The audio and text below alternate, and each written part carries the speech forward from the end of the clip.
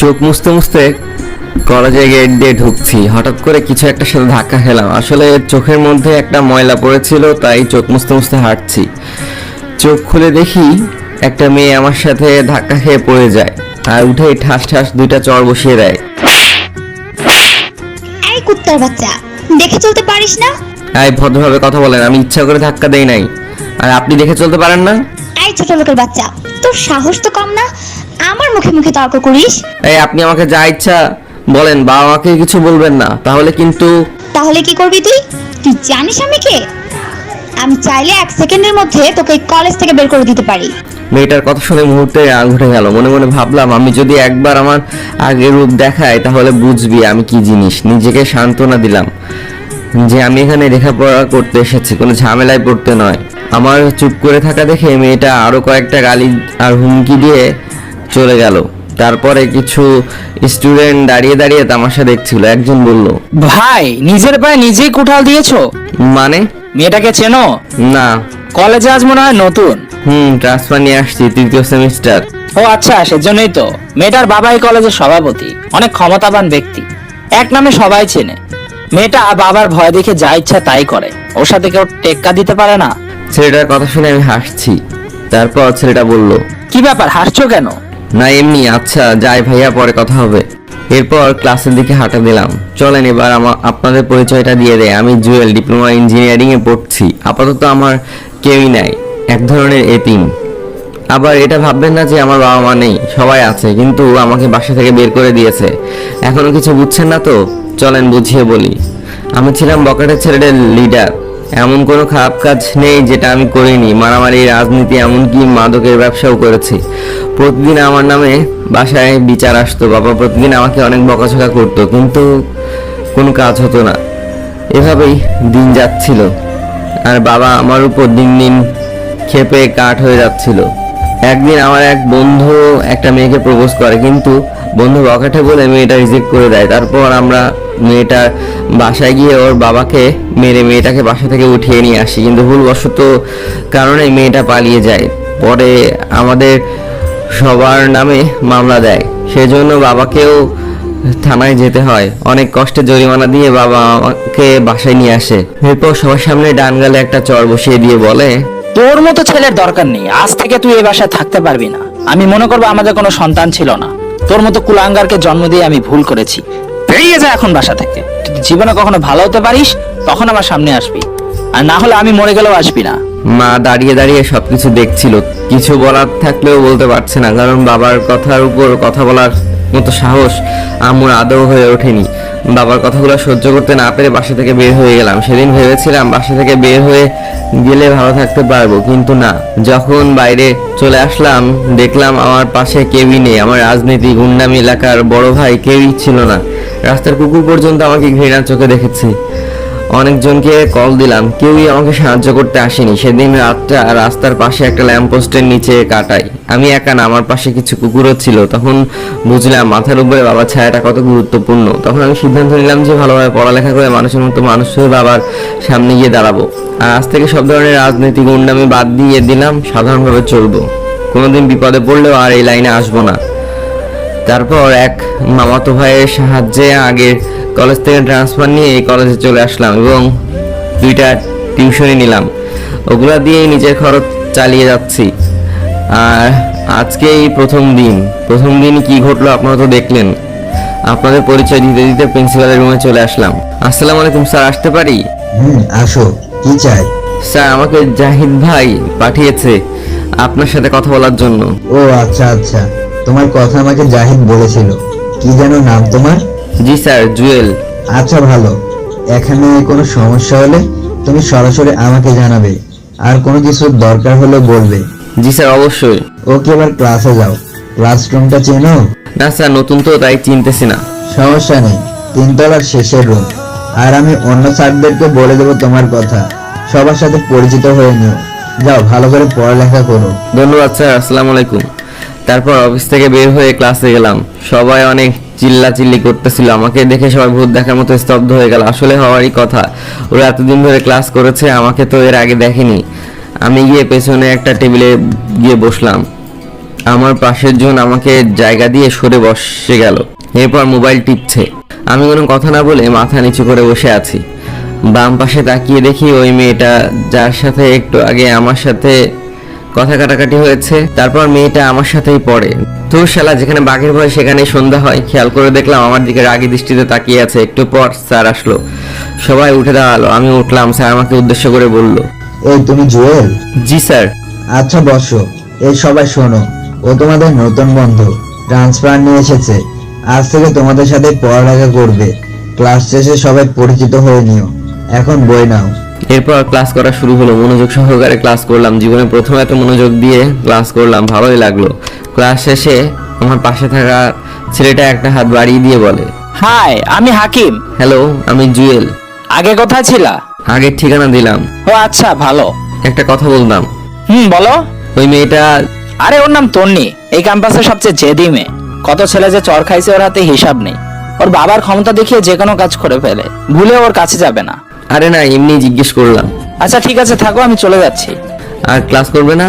না, জিএফ পার্কে বসে আছে, তাড়াতাড়ি না গেলে সমস্যা। আচ্ছা ঠিক আছে, যাও। ওকে, পরে দেখা হবে।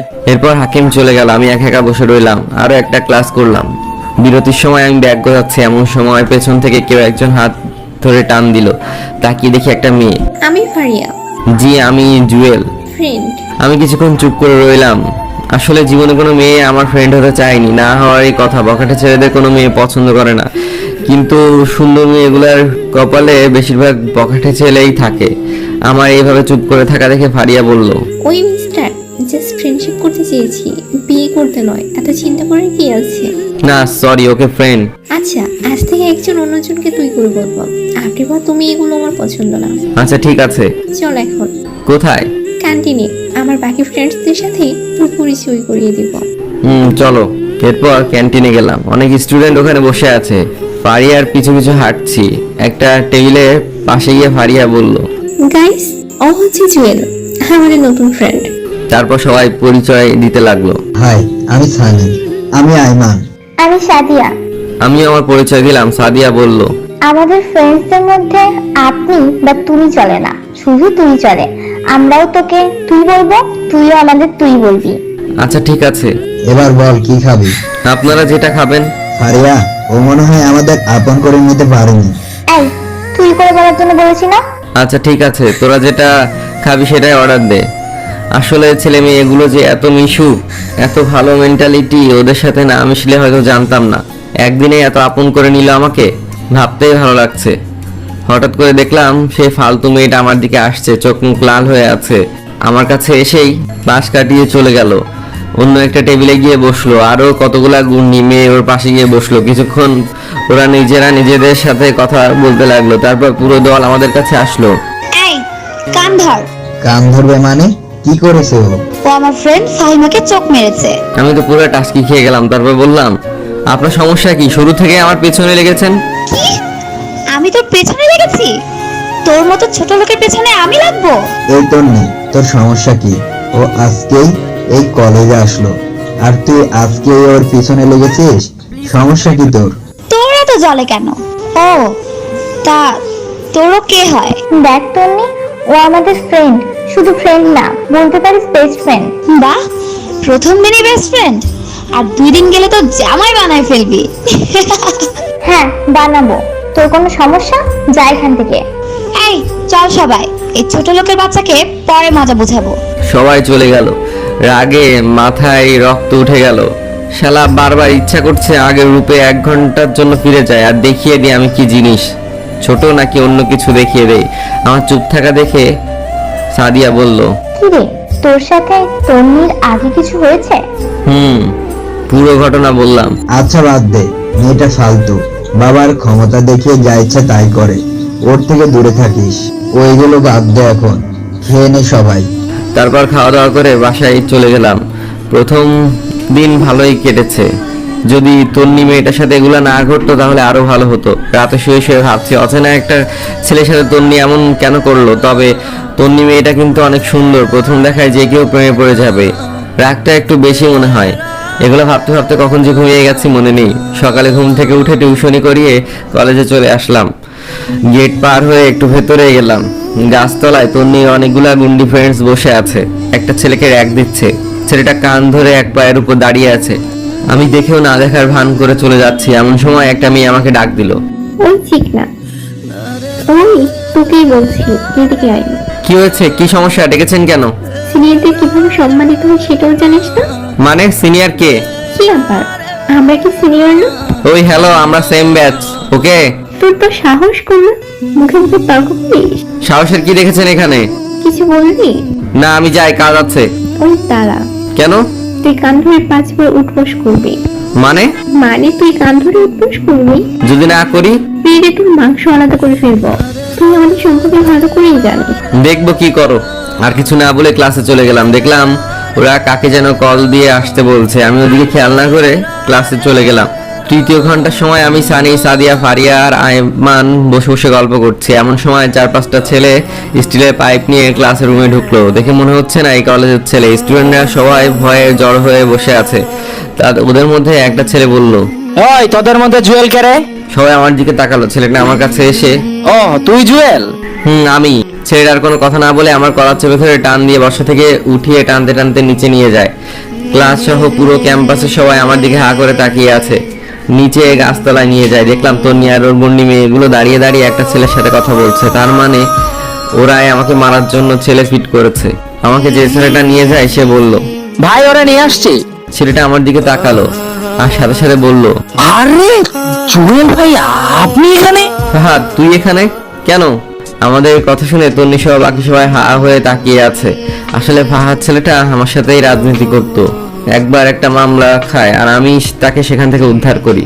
সেই থেকে আমাকে দেখলে সর্বোচ্চ সম্মান দেখায়। ভাই এই মেয়েটা আমাকে টাকা দিয়েছে একজনকে মারার জন্য, কিন্তু সেই ছেলেটা যে আপনি সেটা আমাকে বলেননি। প্লিজ ভাই কিছু মনে করবেন না, নেক্সট টাইম আর হবে না। প্লিজ ভাই মাফ করে দেন।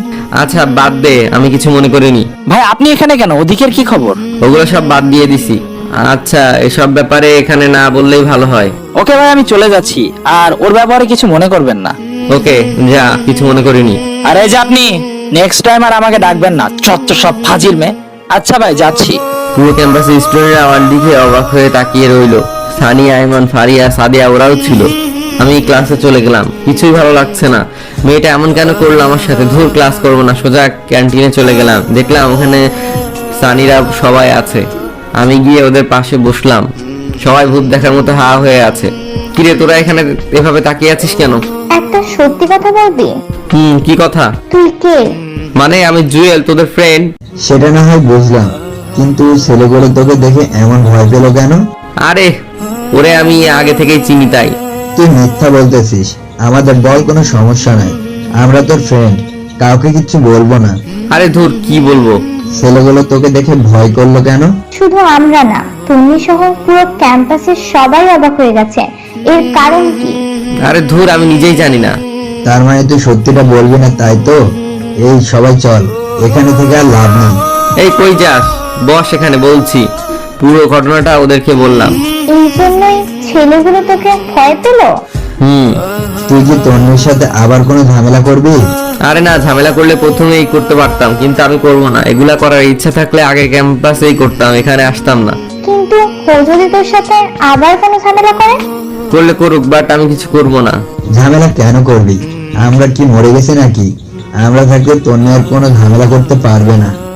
ঠিকই বলেছিস বন্ধু, যা হয়েছে বাদ দে, আমরা আছি, তুই টেনশন করিস না। সেদিন ওদের সাথে আড্ডা দিয়ে বাসায় চলে আসলাম। রাতে বসে বসে ভাবছি, আমার জন্ম হলো কি শুধু ঝামেলা পড়ার জন্য? যাও, সবকিছু একটু ছেড়ে ভালো হতে চেয়েছি, সেটাও সম্ভব হচ্ছে না। তারপর খেয়ে দিয়ে ঘুমিয়ে পড়লাম। সকালবেলা ঘুম থেকে উঠে ফ্রেশ হয়ে আবার কলেজে গেলাম। ক্লাসে গিয়ে সবার সাথে আড্ডা দিচ্ছি, এমন সময় তন্নি মেয়েটা আসলো, ছেলেদের মতো শার্ট প্যান্ট পরে। এসে আমার দিকে রাগি লুকে তাকিয়ে রইলো। আমি ওর দিকে না তাকিয়ে আবার আড্ডা দিতে শুরু করলাম। ক্লাস শেষে ক্যান্টিনের দিকে যাচ্ছে, এমন সময় তন্নি গুন্ডি ফ্রেন্ডগুলো এসে আমাকে ঘিরে ধরলো। দেখেন, আপনাদের সাথে আমি কোনো কথা বলতে চাই না, তো আপনারা আপনাদের মতো থাকেন আর আমাকে আমার মতো থাকতে দেন। আরে তোর মতো ছোট লোক আমাদের সাথে কি কথা বলবে? তোর কোনো যোগ্যতা আছে আমাদের সাথে কথা বলার? মাথায় রক্ত উঠে গেল। নিজের রাগকে কন্ট্রোল করে আর কোনো কথা না বলে সোজা হাঁটা দিলাম। এমন সময় তন্নি অন্য পাশ হতে আমার সামনে এসে দাঁড়ালো। কি রে ছোট লোক, কই যাস? দাঁড়া এখানে। আপনার সমস্যা কি? আমার সমস্যা তুই, তোকে দেখলেই আমার গা জ্বলে। ডাক্তার দেখান, আপনার মনে হয় চুলকানি হয়েছে। তুই কি ভেবেছিস কাল ছেলেটার হাত থেকে বেঁচে গেছিস বলে আমিও তোকে ভয় পেয়ে যাব? No, never. তুই শুধু দেখ আমি তোর কি হাল করি। যা পারেন করেন, এখন সরেন সামনে থেকে। তারপর সোজা ক্যান্টিনে চলে গেলাম। সানিদের সাথে আড্ডা দিয়ে বাসার দিকে হাঁটা দিলাম। কিছু দূর যাওয়ার পর একটা ছেলে আমার পিছু নিল। খেয়াল করলাম ছেলেটা আমাকে ফলো করছে। আর একটু সামনে যাওয়ার পর আরো একটা ছেলে গলির ভেতর থেকে বের হলো, ওই ছেলেটার সাথে হাঁটতে লাগলো। এভাবে 5 জন ছেলে আমার পিছু নিল। আমি তাড়াতাড়ি হাঁটা শুরু করলাম, ওরাও তাড়াতাড়ি হাঁটা শুরু করলো। একটু পর একটা ছেলে আমার পেছন থেকে ডাক দেয়। এই সাদা শার্ট দাঁড়া। আমি পেছনে তাকাতেই এভাবে মোট 5 জন ছেলে আমার পিছু নিল। আমি তাড়াতাড়ি হাঁটা শুরু করলাম, ওরাও তাড়াতাড়ি হাঁটা শুরু করলো। একটু পর একটা ছেলে আমাকে পেছন থেকে ডাক দেয়। ওই সাদা শার্ট দাঁড়া। আমি পেছনে তাকাতেই দেখি প্রথমে সেই ছেলেটা আমাকে ডাক দেয়। জি, আমাকে বলছেন? তো এখানে কি তোর বাপ আছে যে তোর বাপকে ডাক দেব? মাথা পুরো খারাপ হয়ে গেল। ইচ্ছা করছে একটা ঘুষি দিয়ে নাক ফাটিয়ে দিয়ে রাগকে কন্ট্রোল করে বললাম, বলেন কি বলবেন? তোর কাছে আগুন আছে? জি না, আমি আগুন রাখি না। ওই বেটা, রাখিস না কেন? তুই জানিস না আমাদের আগুন লাগবে? আপনাদের এত আগুনের দরকার হলে নিজেরাই তো সাথে রাখতে পারেন, অন্যের কাছে হাত পাতার কি দরকার? ওই কি রাখবো কি রাখবো না সেটা কি তোর কাছ থেকে শিখতে হবে? বল, কথা বল। ছেলেটা আমাকে ধাক্কা দিতে লাগলো। কি ব্যাপার, আপনি গায়ে হাত দিচ্ছেন কেন? হাত দিলে কি করবি? পারলে কিছু কর।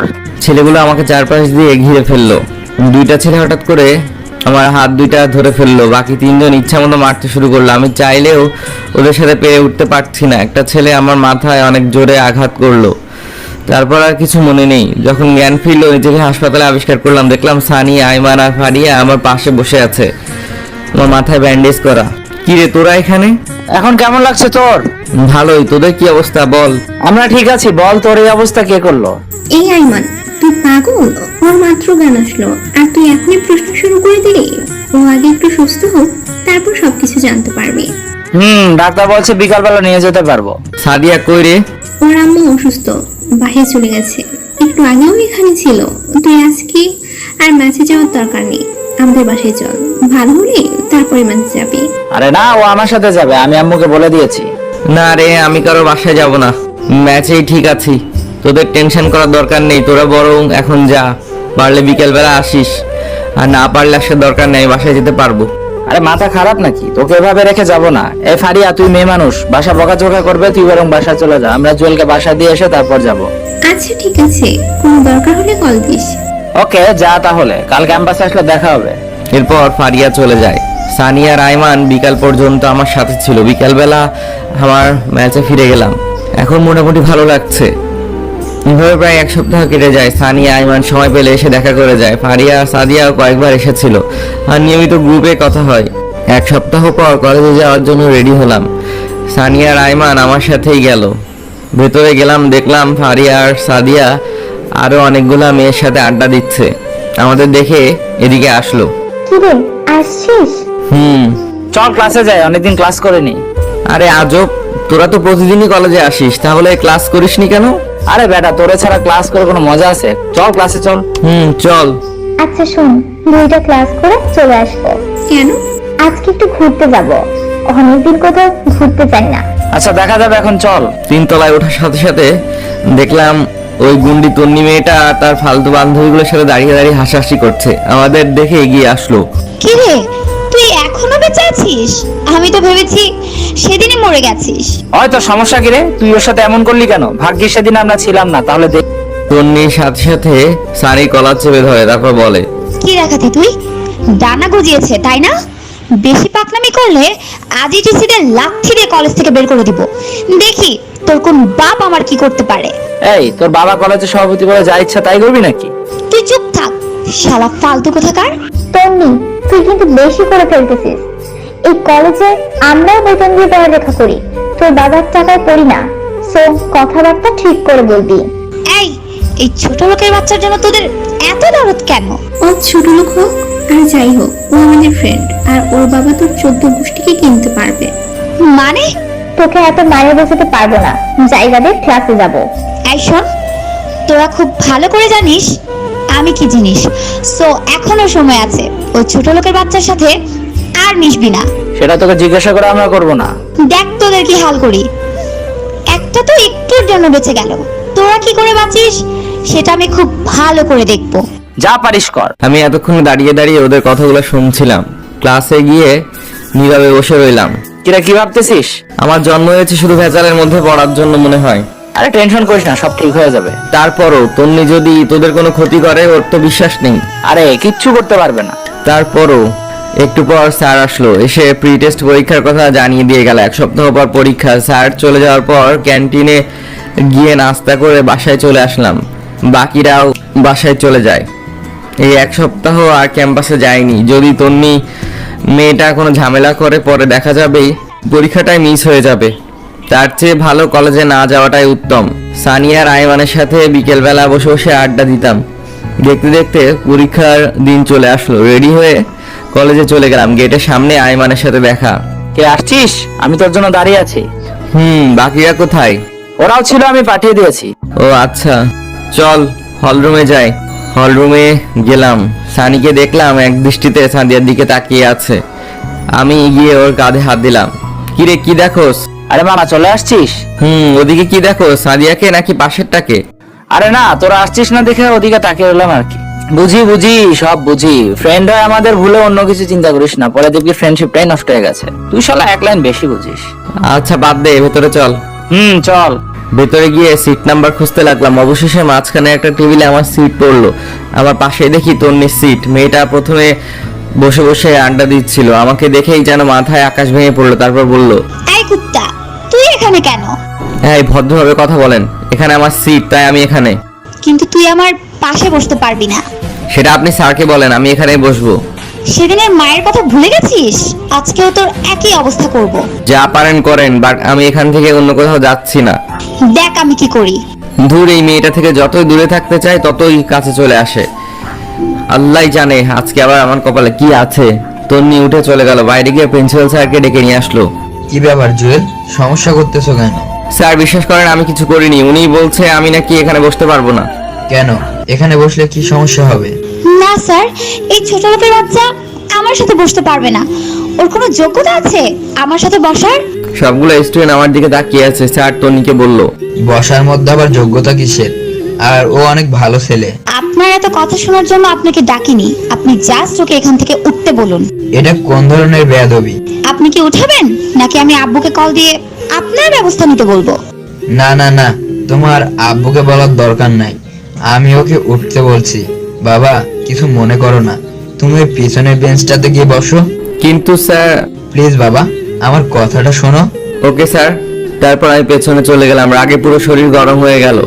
ইচ্ছা করছে আগের রূপে ফিরে যায় আর দেখিয়ে দিই জুয়েল কি জিনিস।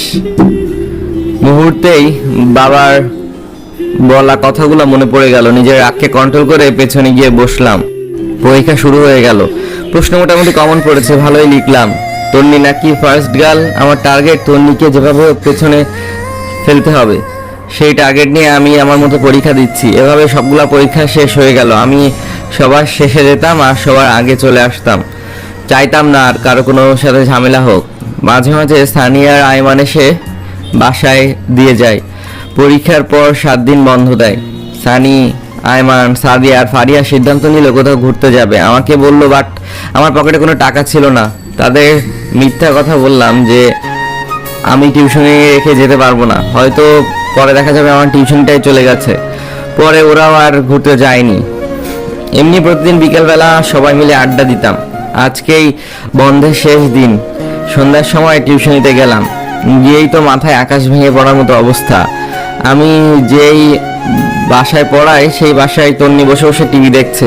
আমি দেখেই রেগে লাল হয়ে বলে, এই ছোট লোক, তুই এখানে কেন? আমি কোনো কথা না বলে পড়ার রুমে চলে গেলাম। এখানে কোনো কথা বললে মেয়েটা আমাকে বারবার ছোট করবে। এখানে অন্তত আমার একটা মান সম্মান আছে। আমি গিয়ে পড়াতে শুরু করলাম। আমার স্টুডেন্টকে জিজ্ঞেস করলাম, ও তোমার কি হয়? আমি গিয়ে পড়াতে শুরু করলাম। আমার স্টুডেন্টকে জিজ্ঞেস করলাম, ও তোমার কি হয়? ও আমার ফুফাতো বোন। আপনি চিনেন নাকি? না এমনি। আরে ভাইয়া, ও তো আপনাদের ওই কলেজেই পড়ে, দেখেননি কখনো? একবার মনে হয় দেখেছিলাম, সেই জন্য তোমাকে জিজ্ঞেস করলাম। আচ্ছা বাদ দাও, তুমি বই বের করো। তারপর বই বের করে পড়াতে শুরু করলাম। তন্নি আমাকে দেখেই ওই মামিকে, মানে আমার স্টুডেন্টের আম্মুকে বারবার কি যেন বলছে। ওর মামিও কি যেন চিন্তা করলো, তারপর কাকে কল দিয়ে কথা বললো। আমি ওইদিকে খেয়াল করলাম ওরা কি করছে, কিন্তু স্পষ্ট বোঝা যাচ্ছে না। আমি পড়ানো শেষ করে যেই বাইরে চলে যাব এমন সময় স্টুডেন্টের আম্মু এসে আমাকে বলল, এই নাও কি এখানে আন্টি? তোমার এই মাসের বেতন। কিন্তু আন্টি আমার তো এখনো মাস শেষ হয়নি। জানি, কিন্তু তোমার পড়ানো আমাদের ভালো লাগছে না, তাই আমরা লিজার জন্য অন্য টিচার ঠিক করছি। তোমাকে আর আসার দরকার নেই। মুহূর্তেই পায়ের নিচ থেকে মাঠে সরে যেতে লাগলো। এই দুইটা টিউশনি দিয়ে আমি পড়ালেখার খরচ চালাই, খাওয়া দাওয়া করি, আর তন্নি আমার পেটেই লাথি দিল। বাহ, আসলে নিয়তি কি থেকে কি করে বোঝা যায় না। আমি আর কোনো কথা না বলে এই বাসা থেকে চলে আসলাম। তন্নিকে দেখলাম দাঁড়িয়ে দাঁড়িয়ে হাসছে। ফকিন্নি, তোরে যদি কোনো দিন জায়গা মতো পায় তখন বোঝাবো জুয়েল কি জিনিস। আপাতত এই শহরে এই ক্যাম্পাসে নতুন, তাই কিছু করছি না। নিজের ফাউন্ডেশনটা ঠিক করে নিই, তারপর দেখবি। পরের দিন কলেজ খুললো, কিন্তু গেলাম না। কেমন যেন বিরক্ত লাগছে। সানি আইমান অনেকবার কল দিয়েছে, ধরিনি। রাস্তায় বের হলাম, যদি দুই একটা টিউশনি পাই তাহলে আপাতত চিন্তাটা কমবে। কিন্তু এই নিষ্ঠুর শহরে কোনো কিছু সহজে পাওয়া যায় না। মাথার উপর বাবার ছায়া যে কি জিনিস এখন হাড়ে হাড়ে বুঝছি। ইচ্ছা করছে আবার আব্বু আম্মুর কাছে ফিরে যায়, কিন্তু সেটা অসম্ভব। আমি যে কাজগুলো করেছি সেগুলোর জন্য আব্বু আম্মু জীবনে আমাকে ক্ষমা করবে না। সেদিন বাসায় এসে খাওয়া দাওয়া না করে ঘুমিয়ে গেলাম। ঘুম থেকে উঠে দেখি ফারিয়া অনেকবার কল দিয়েছে। আমি ব্যাক করলাম। কি অবস্থা? ওই হারমি, কল ধরিস না কেন? সরি রে, ঘুমিয়ে গিয়েছিলাম। বল কি হয়েছে? কালকে ক্যাম্পাসে আসিসনি কেন? কালকে তোকে স্যাররাও অনেক খুঁজেছিল। কেন, আমি আবার কি করলাম? আগে বল, ট্রিট দিবি। আচ্ছা বাবা, দিব। এখন বল কি হয়েছে? তুই আমাদের ডিপার্টমেন্টের মধ্যে ফার্স্ট হয়েছিস। কংগ্রাচুলেশন দোস্ত। আরে কি বললি, সত্যি নাকি? তোর কি মনে হয় আমি মিথ্যে বলছি? আচ্ছা ঠিক আছে, তোরা ক্যাম্পাসে থাক, আমি আসছি। তাড়াতাড়ি রেডি হয়ে কলেজে চলে গেলাম। মনের মধ্যে অন্যরকম একটা আনন্দ বয়ে যাচ্ছে। তন্নি শালি এবার ঠেলা বোঝ। বাবা সভাপতি আর নিজে একটু মেধাবী হওয়ার কারণে যা ইচ্ছে তাই বলেছিস আমাকে। এবার তোকে বোঝাবো আমি কি জিনিস। কলেজে চলে গেলাম, সবাই ছিল। আমি গিয়ে ওদের সাথে হাত মিলালাম। বাকি যারা আছে সবাই এসে কথা বলে গেল। নিজের কাছেও ভালো লাগছে। আইমানকে দেখলাম একদম হিরো সেজে বসে আছে। আমি গিয়ে জিজ্ঞেস করলাম, কিরে আজকে এমন সাজুগুজু করার ঘটনা কি? দাঁড়া, একটু পর বলছি। এখানে বললে সমস্যা কি? সাদি আর ফারিয়া চলে যাক। ওরা সহজে যাবে না, তুই বরং এক কাজ কর, পুকুর পাড়ে চল, আমি সানিকে নিয়ে আসতেছি। পরে আমি সানিকে সিস্টেম করে পুকুর পাড়ে নিয়ে চলে গেলাম। এবার বল কি হয়েছে? কিভাবে যে বলি, দোস্ত সাদিয়াকে আমি ভালোবাসি, একটু সিস্টেম করে দে না। কোন সাদিয়া? আমাদের বন্ধু সাদিয়া। কি তুই আর মেয়ে পেলি না? আরে কি করবো বল, সে প্রথম দিকে ওরা ভালোবাসি, কিন্তু বলতে পারতেছি না, যদি ফ্রেন্ডশিপ নষ্ট করে দেয়। তাই তোরা না করলে কে করবে বল? আচ্ছা টেনশন করার দরকার নেই, দেখি কি করা যায়। আজকে বলে দে। আরে আজকে না, সময় করে। আচ্ছা কয়েকদিন পর তোর জন্মদিন, সেদিন না হয় করে দিস, আমি শিখিয়ে দিব। থ্যাঙ্কস দোস্ত। চল, ওরা বসে আছে। তারপর বাইরে চলে আসলাম। বাইরে এসে আমি, সানি, সাইমান, সাদিয়া আর ফারিয়া বসে বসে আড্ডা দিচ্ছি। এমন সময় তন্নি তার পুরো গ্যাং নিয়ে আমাদের সামনে আসলো। এসে আমার কলার চেপে ধরলো। ওই, খুব হিরো হয়ে গেছিস তাই না? তুই এই ক্যাম্পাস ছেড়ে চলে যাবি। যদি না যায় কি করবি তুই? এই, তুই চুপ থাক, তোর মতো ফালতুর সাথে কোনো কথা নেই। তোর সমস্যা কি? সবসময় গুন্ডামি মাস্তামি ছাড়া আর কোনো কাজ নেই তোর? দাঁড়া, তোরও ব্যবস্থা নিচ্ছি। খুব পাখা গজিয়েছে তাই না? এই, তোকে যেন দ্বিতীয়বার আর না দেখি। কি করবি দেখলে? তোর তো সাহস কম না, তুই আমার মুখে মুখে তর্ক করিস। দেখ এবার আমি কি করি। আরে যা যা যা পারিস কর, আমার চুলও ছিঁড়তে পারবি না। দেখবি কি করব, এখনো সময় আছে, চলে যা। খুব মেজাজটাই খারাপ করে দিল। না আর এখানে থাকবো না, আমার জন্য আমার বন্ধুদের সমস্যা হতে পারে। আইমান আর সাদিয়া রিলেশনটা করে দিয়ে চলে যাব। কলেজ শেষ করে চলে যাচ্ছে এমন সময় একটা ছেলে আমাকে পেছন থেকে ডাক দেয়। আমি পেছনে তাকাতেই দেখি সেদিন সেই ছেলেটা যে প্রথম আমার গায়ে হাত দিয়েছিল। কি ভাই, সমস্যা কি আপনার? সেদিনের মায়ের মনে হয় তোর পেট ভরেনি। মানে? মানে আজকেও তোকে মারার জন্য টাকা দিয়েছে। এখন তুই বল তোকে কি করব? তো মারেন, টাকা যেহেতু খেয়েছেন তো মারেন। মনে রাখবেন, বিনা অন্যায় কাউকে আঘাত করলে সেটার ফল আপনিও পাবেন। আচ্ছা শোন, তোকে আজকের মতো ছেড়ে দিলাম, কিন্তু একটা শর্ত আছে। কি শর্ত? তোকে এই ক্যাম্পাস থেকে চলে যেতে হবে, আর এক সেকেন্ড এখানে থাকতে পারবি না। কিছু বলিস না কেন? ওকে, চলে যাব। আপনার ম্যাডামকে বলবেন শান্তিতে থাকতে। তুই গেলে উনি শান্তিতে থাকবে। আমি আর কোনো কথা না বলে বাসার দিকে হাঁটা দিলাম। চিন্তা করলাম আর না থাকাই বেটার হবে। আইমান যে সাদিয়াকে প্রপোজ করবে বলেছিল, সেটা কি হবে? ধুর, যা হওয়ার হবে, আগে ওদের দুজনকে মিলিয়ে দিয়ে যায়। কিন্তু সাদিয়ার বার্থডে তো আরো অনেক দিন পর। এ কয়দিন ক্যাম্পাসে গেলে ছেলেগুলো আবার আক্রমণ করবে। এবার আক্রমণ করলে আর বেঁচে থাকবে বলে মনে হয় না। তার চেয়ে বেটার এই কয়েকদিন ক্যাম্পাসে যাব না। এভাবে অনেকদিন চলে গেল। সানি আইমান বারবার কল দিয়ে কারণ জানতে চাইলে আমি অসুস্থ বলে কাটিয়ে দিলাম। অবশেষে সাদিয়ার বার্থডে চলে আসলো। আগামীকাল সাদিয়ার বার্থডে। আজকে থেকে সবাই মিলে প্রিপারেশন নেওয়া শুরু করলাম কিভাবে কি করব। বিকালবেলা সানি আইমান আর দিঘির পাড়ে গেলাম। দোস্ত কেমনে কি করবো একটু তো বল। কেকের অর্ডার দিয়েছিস? আমি আসার সময় দিয়ে আসছি। গুড। কেকের মধ্যে একটা রিং লুকানো থাকবে, আমরা তিনজন ছাড়া আর কেউই যেন না জানে। অনুষ্ঠান করবি কোথায়? ফিজলা রেস্টুরেন্টে করলে কেমনে হয়? আরে না, ক্যাম্পাসেই করব। ফারিয়াকে বলে দিব আমাদের ডিপার্টমেন্টের সবগুলা মেয়েকে নিয়ে আসার জন্য। ক্যাম্পাসে কোথায় করবি? আমাদের ক্লাসেই, ক্লাস শুরু হওয়ার আগে আমরা আমাদের সব কাজ ছেড়ে ফেলবো। আচ্ছা, ও প্রপোজ কিভাবে করবে? বলছি আইমান শোন, বল। এই স্টাইলে প্রপোজ করবি। একটা কাব্য মুখস্থ করতে বললাম। আচ্ছা, সাজিয়া যদি রাজি না হয় সেটা পরে দেখা যাবে, আগে প্রপোজ তো কর। আমরা আছি, টেনশন করিস না। আশা করি অ্যাকসেপ্ট করবে। দোয়া কর দোস্ত। আচ্ছা, এখন কিছু কেনাকাটা করতে হবে। কি কি কিনবি? আগে বাজারে চল, তারপর না হয় দেখা যাবে। ওকে চল। আচ্ছা, আরেকটা কথা, কালকে কি শার্ট প্যান্ট পরবো নাকি কোট টাই? কালকে পাঞ্জাবি পরবি। তাহলে তোরাও পরিস, সেটা পরে দেখা যাবে। পরে না, চল আমরা সেম কালারের পাঞ্জাবি কিনে নিই, কালকে পরবো। আচ্ছা ঠিক আছে। এরপর তিনজন মিলে অনেক কেনাকাটা করলাম। জন্মদিনের যতগুলো আইটেম আছে তার চেয়ে একটু বেশি কিনলাম। সবগুলো কেনাকাটা শেষ। এমন জন্মদিন আমি এর আগে কখনো পালন করিনি। যাই হোক, রাত অনেক হয়ে গেছে, সকালে তাড়াতাড়ি ক্যাম্পাসে যেতে হবে, তাই ঘুমিয়ে গেলাম। সকালবেলা তাড়াতাড়ি ঘুম থেকে উঠে সানির বাসার সামনে চলে গেলাম। আমি আর সানি তাড়াতাড়ি করে ক্লাসে গেলাম। যাওয়ার সময় সবগুলো জিনিস সাথে করে নিয়ে গেলাম। গিয়ে আমরা দুজন ক্লাসরুম সাজাতে শুরু করলাম। সানি বলল, এই ফারিয়াকে একটা কল দেবো। কেন? ফারিয়াকে না ডাকলে হয়তো মনে কষ্ট নেবে, সাদিয়াকে ডাকার দরকার নেই। আচ্ছা ঠিক আছে, কল দে। সানি ফারিয়াকে কল দিল। হ্যালো ফারিয়া, কই তুই? আমি তো বাসায়। কেন, কি হয়েছে? আরে ফকিরনি, বাসায় কি করিস? আজকে যে সাদিয়ার বার্থডে ভুলে গেছিস? ও শিট, আমার তো মনেই ছিল না। তোরা কোথায়? আমরা ক্লাসে আছি, তাড়াতাড়ি আয়। ওকে, আমি সাদিয়াকে নিয়ে আসছি। আরে ওরে নিয়ে আসার দরকার নেই, ওরে নিয়ে আসলে তো আমাদের সব প্ল্যান জেনে যাবে। তাও ঠিক। আচ্ছা তোরা থাক, আমি আসছি। তাড়াতাড়ি। ফারিয়া আসতে আসতে আমি আর সানি সবকিছু রেডি করে ফেললাম। একটু পর ফারিয়া আসলো। কি রে, এত কিছু কখন করলি? পরে শুনিস, এখন একটা কাজ কর। কি কাজ? সাদিয়া আসছে কিনা দেখ। যদি আসে তাহলে ক্লাসে আসতে দিস না, আমাদের এখনো অল্প একটু কাজ বাকি আছে। আচ্ছা ঠিক আছে। তো দাঁড়িয়ে আছিস কেন? যা বাইরে গিয়ে দেখ। এই তুই আইমানকে একটা কল দে তো। ওয়েট, দিতেছি। কি ব্যাপার দুলা ভাই, কই আপনি? আরে বেটা, এমনি বলিস কেন? শরম লাগে তো। তোর শরমের গুষ্টি গিলায়, তাড়াতাড়ি আয়।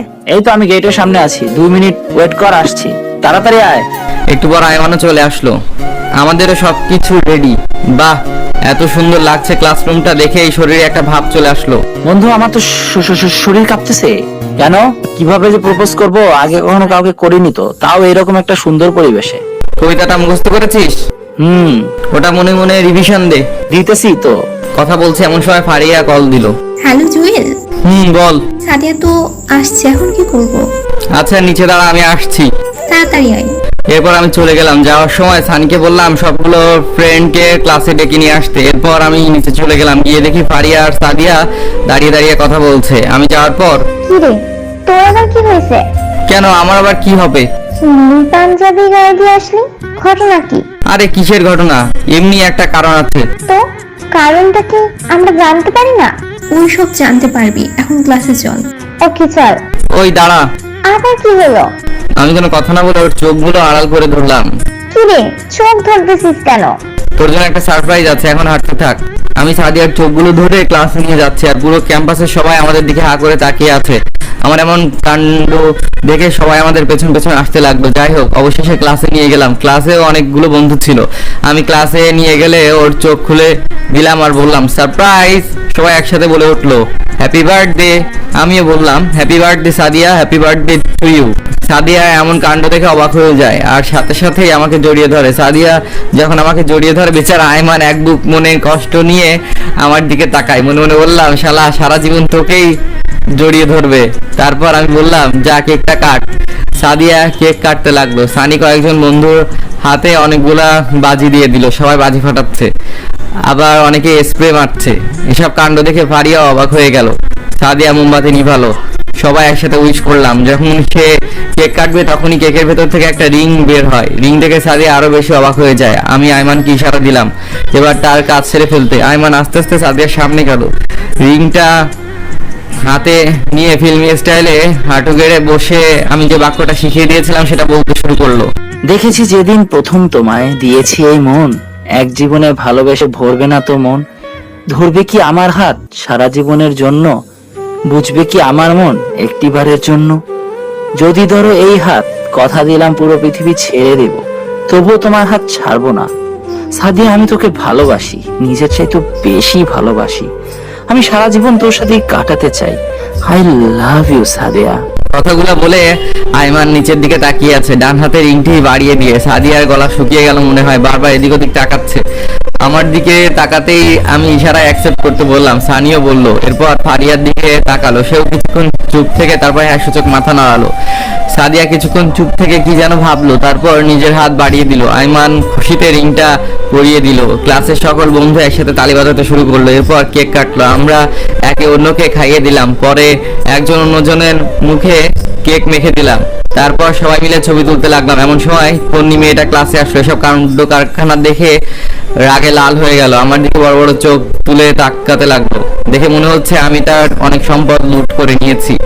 তারপর কি যেন চিন্তা করে আবার ক্লাসের বাইরে চলে গেল। তন্নিকে দেখে আমারও কেমন যেন একটা টেনশন চলে আসলো, আল্লাহ জানে আজকে আবার কি করে। যাই হোক, সবকিছু শেষ করে আমরা সবাই কলেজ থেকে বের হয়ে গেটের সামনে গেলাম। দেখলাম একটা পুলিশের গাড়ি। আমরা গেট পার হয়ে বাইরে আসতেই একটা পুলিশ আমার কলার চেপে ধরলো। ওই, তোর নাম জুয়েল? জি। চল তাহলে। কোথায়? শ্বশুর বাড়ি। আমার অপরাধ? বাহ, শ্বশুর বাড়ি কি জিনিস তাহলে বুঝে গেছিস। অপরাধ কি সেটা থানায় গেলেই বুঝতে পারবি। স্যার আপনি বিনা কারণে ওকে নিয়ে যেতে পারেন, কারণটা তো বলে যাবেন। ওই তোরা চুপ থাক, তোদের ব্যবস্থা নিচ্ছি, আগে এই হালারে একটু দেখে নি। এ কথা বলে আমার কলার চেপে ধরে গাড়িতে তুললো। কোনো কিছু বুঝে ওঠার আগে থানায় নিয়ে গেল। থানায় ভেতরে নিয়ে গিয়ে আমার হাত দুটো বেঁধে ইচ্ছা মতো পিটাতে লাগলো। একটু পর থানার বড় স্যার আসলো। স্যার দেখেন না, ওরা আমাকে বিনা অপরাধে নিয়ে এসে মারছে। কেন, ইফটিজিং করার সময় এই কথা মনে ছিল না? মানে? আসছে আমার তুলসী পাতা, এখন সবকিছু জেনেও না জানার ভান ধরতেছে। স্যার আমি সত্যিই বলছি, আমি কিছু করিনি। চুপ কর, জায়েদ সাহেবের মেয়ের সাথে ইফটিজিং করিসনি? আজকে সকালে তো ওর গায়েও হাত দিয়েছিস, ও তোর নামে মামলা করে গেছে, তার উপর জায়েদ সাহেবও রেগে আগুন। স্যার বিশ্বাস করেন আমি কিছুই করিনি, ও মিথ্যা বলেছে। আমরা তো কচি খোকা, কিছুই বুঝি না, এত ছেলে থাকতে তোর নামে কেন বিচার দিল? নিশ্চয় তোর ওদের কোনো ঘাবলা আছে। স্যার আমি সত্যি বলছি। চুপ কর শালা, এই কনস্টেবল, ওর হাত পা বেঁধে ইচ্ছে মতো পিটাও, ওর মুখ দিয়ে সত্য কথা বের করেই ছাড়বো। Okay sir. তারপর দুইটা পুলিশ এসে আমাকে বেঁধে পিটাইতে শুরু করলো। এতবার বলছে আমি কিছু করিনি, তবুও কেউ আমার কথা শুনলো না। মার খেয়ে মুখ দিয়ে রক্ত বের হতে শুরু করলো। আমার এমন অবস্থা হয়েছে যে ঠিক করে দাঁড়াতেও পারছি না। এভাবে 3 দিন চলে গেল। এই 3 দিন অনেকবার আমাকে বলাতে চেয়েছিল যে আমি ইফটিজিং করেছি, বাট আমি স্বীকার করিনি। পরের দিন সকালবেলা সানিয়ার আইমান একটা উকিলের সাথে করে নিয়ে আসলো। তারপর জামিন নিয়ে আমাকে বের করলো। কিরে তোর এই অবস্থা কেন? এই বেটা মূর্খ, এখন এগুলো বলার সময় আছে? ওরে ডাক্তার দেখাতে হবে, চল। আচ্ছা ঠিক আছে। তারপর ডাক্তার দেখিয়ে বের হলাম। সানিয়া রাইমান আমার সাথে আমার বাসায় আসলো। কি হয়েছে এবার বল। তন্নি আমাদের নামে মামলা দিয়েছে। কেন, কিসের মামলা? আমি নাকি ওকে ইফটিজিং করেছি, আর সেদিন সকালে ও কান্না করতে করতে থানায় নালিশ করে আসছে। তার উপর ওর বাবার কানেও গেছে যে আমি ওকে ডিস্টার্ব করি। তো কিছু বলিসনি? বলেছে অনেকবার, বাট কেউ বিশ্বাস করতে চায়নি। তো এখন কি করবি, কিছু চিন্তা করেছিস? অন্য কোথাও ট্রান্সফার নিয়ে চলে যাব। মানে কি, অন্য কোথাও যাবি কেন? এখানে থাকলে তোদেরও প্রবলেম হবে, সো না থাকাটাই বেটার হবে। আমরাও তাহলে ট্রান্সফার নিয়ে নিব। আরে ধুর, তোরা কেন নিবি? আচ্ছা বাদ দে, ফারিয়া সাদিয়া কেমন আছে? আচ্ছা ভালোই। আমার ব্যাপারে কিছু বলেছিস? সব জানে, আমি বলেছি।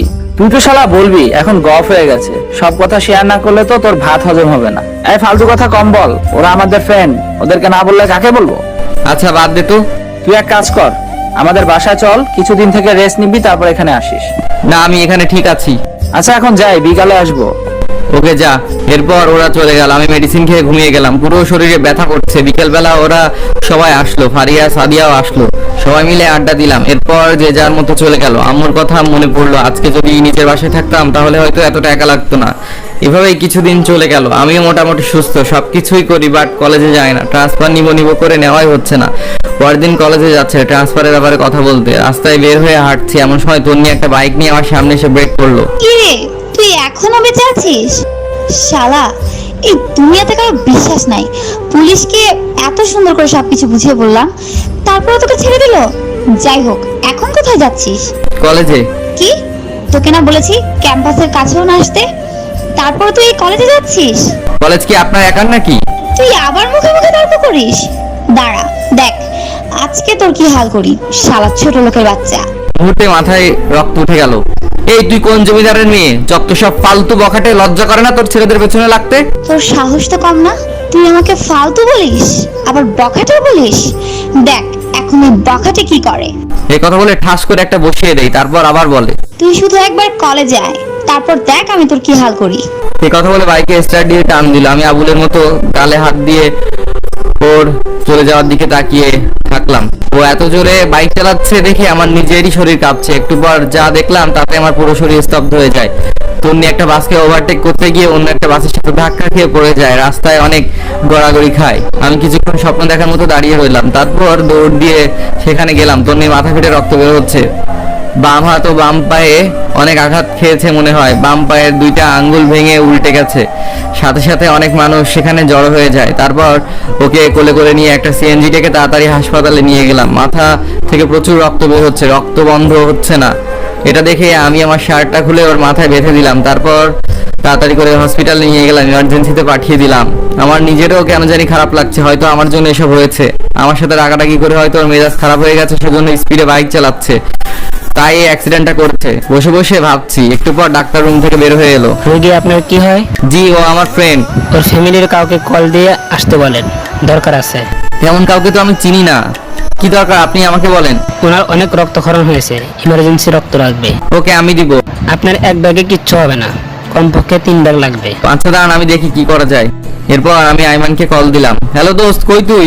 এই তো বাসায়, রেডি হচ্ছি, কলেজে যাব। দোস্ত তাড়াতাড়ি করে সানিকে নিয়ে আলকেমি হাসপাতালে আয়। কেন, কি হয়েছে? তোর কিছু হয়নি তো? আরে না, আমি ঠিক আছি, তোরা 10 মিনিটের মধ্যে আয়। ওকে আসতেছি, তুই বাইরে দাঁড়া। ওকে তাড়াতাড়ি আয়। অনেকক্ষণ পর সানি আর আইমান আসলো। কি রে, এত দেরি কেন? আরে রাস্তায় জ্যাম ছিল। বলার সময় নয়, তাড়াতাড়ি ভিতরে চল, রক্ত দিতে হবে। কাকে রক্ত দিতে হবে? পরে বলছি, আগে চল। এরপর ভেতরে গিয়ে ডাক্তারের সাথে কথা বলে 3 জনেই রক্ত দিলাম। তন্নির রক্তের গ্রুপ এবি পজিটিভ, যার কারণে সহজেই আমাদের সবার রক্ত গ্রহণ করতে পেরেছে। রক্ত দিয়ে বাইরে এসে বসলাম। এবার রক্ত কার জন্য? তন্নির জন্য। মানে?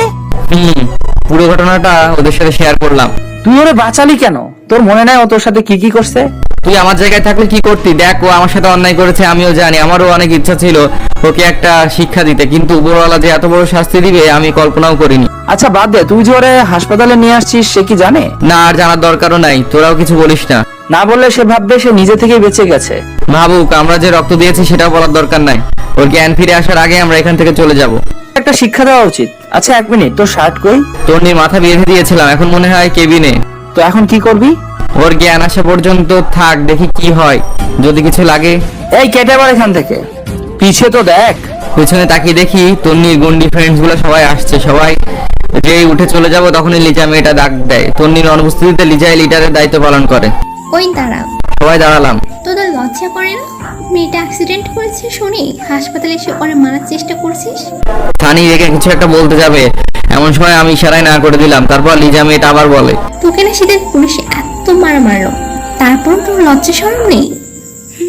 একবার শুধু তন্নি ভালো হোক, তারপর দেখি তোদের পুরো টিমের কি হাল করি। চিল্লাচিল্লি শুনে একটা ডাক্তার ভেতর থেকে আসলো। দেখেন না, ওরা মেয়েটা অসুস্থ শুনি মেয়েটাকে মেরে ফেলার জন্য এখানে এসেছে। আপনি প্লিজ পুলিশকে কল দিয়ে ওদের নিয়ে যেতে বলেন।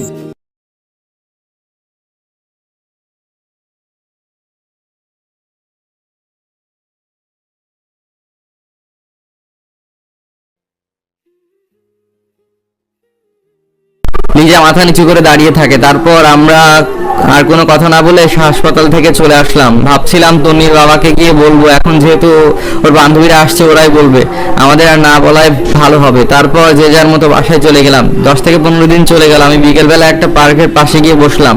আগে তো এই সময় টিউশনি করিয়ে সময় কাটাতাম, কিন্তু তন্নি তো সেই টিউশনিটা বন্ধ করে দিল। বসে বসে ভাবছি ট্রান্সফার কিভাবে নিব।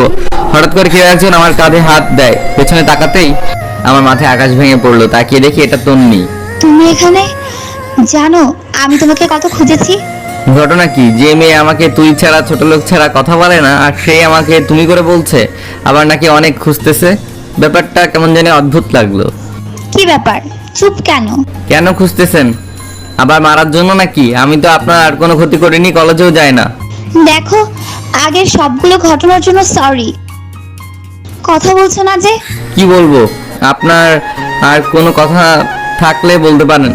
আচ্ছা বাদ দাও, থ্যাঙ্কস। থ্যাঙ্কস কেন? সেদিন আমার জন্য এত কিছু করার জন্য। তুমি আগের মতো রেগুলার কলেজে যেতে পারো, আমি আর কোনো কিছু বলবো না। আচ্ছা যাই হোক, এই নাও, এটা তোমার জন্য। কি এখানে? সেদিন তুমি তোমার শার্টটা দিয়ে আমার মাথা বেঁধে দিয়েছিলে। রক্তে পুরো শার্ট লাল হয়ে গেছে, তোমার শার্টটা নষ্ট হয়ে গেছে, তাই আমি তোমার জন্য সেম কালার একটা শার্ট নিয়ে এসেছি।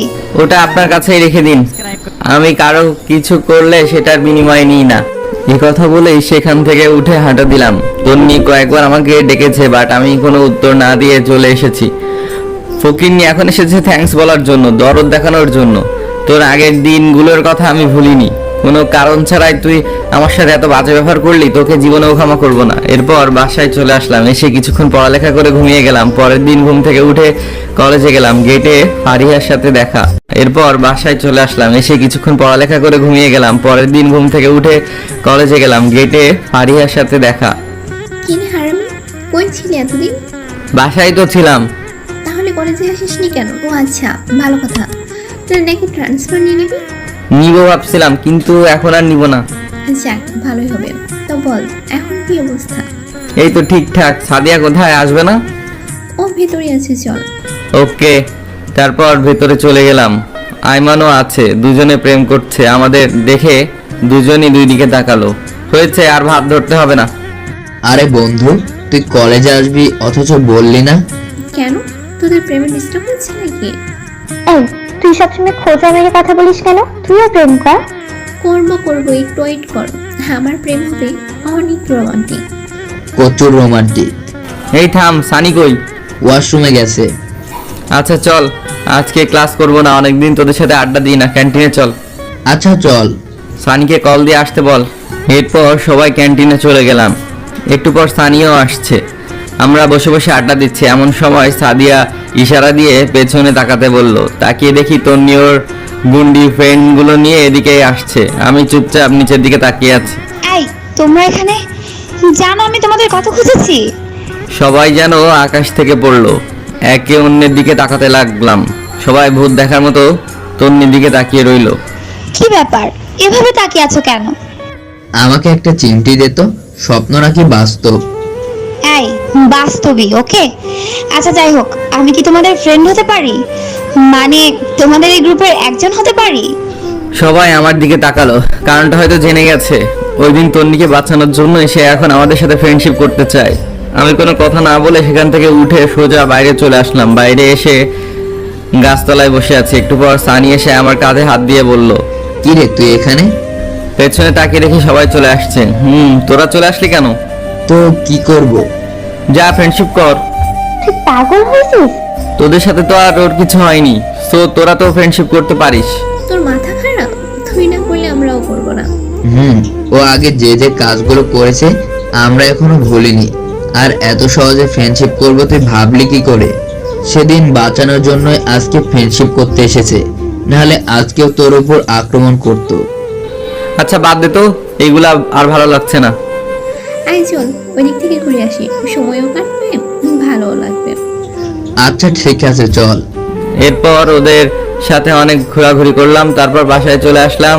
দুপুরবেলা খেয়ে ঘুমিয়েছি মাত্র, দেখলাম একটা অচেনা নাম্বার থেকে কল আসলো। হ্যালো, কে? আমি। তুমি জুয়েল না? আরে আজব, আমিটা কে? আমি জুয়েল। ওই যে তুমি প্রাইভেট পড়াতে লিজা ওর আম্মু। ও আচ্ছা, আন্টি কেমন আছেন? এই তো বাবা ভালো, তুমি কেমন আছো? আছি আলহামদুলিল্লাহ। হঠাৎ কল দিলেন, কোনো সমস্যা? আসলে বাবা আমাদের ভুল হয়ে গেছে, তুমি চাইলে লিজাকে আবার পড়াতে পারো। সরি আন্টি, আমি ছেঁচড়া না যে আপনাদের বাসায় আবার যাব।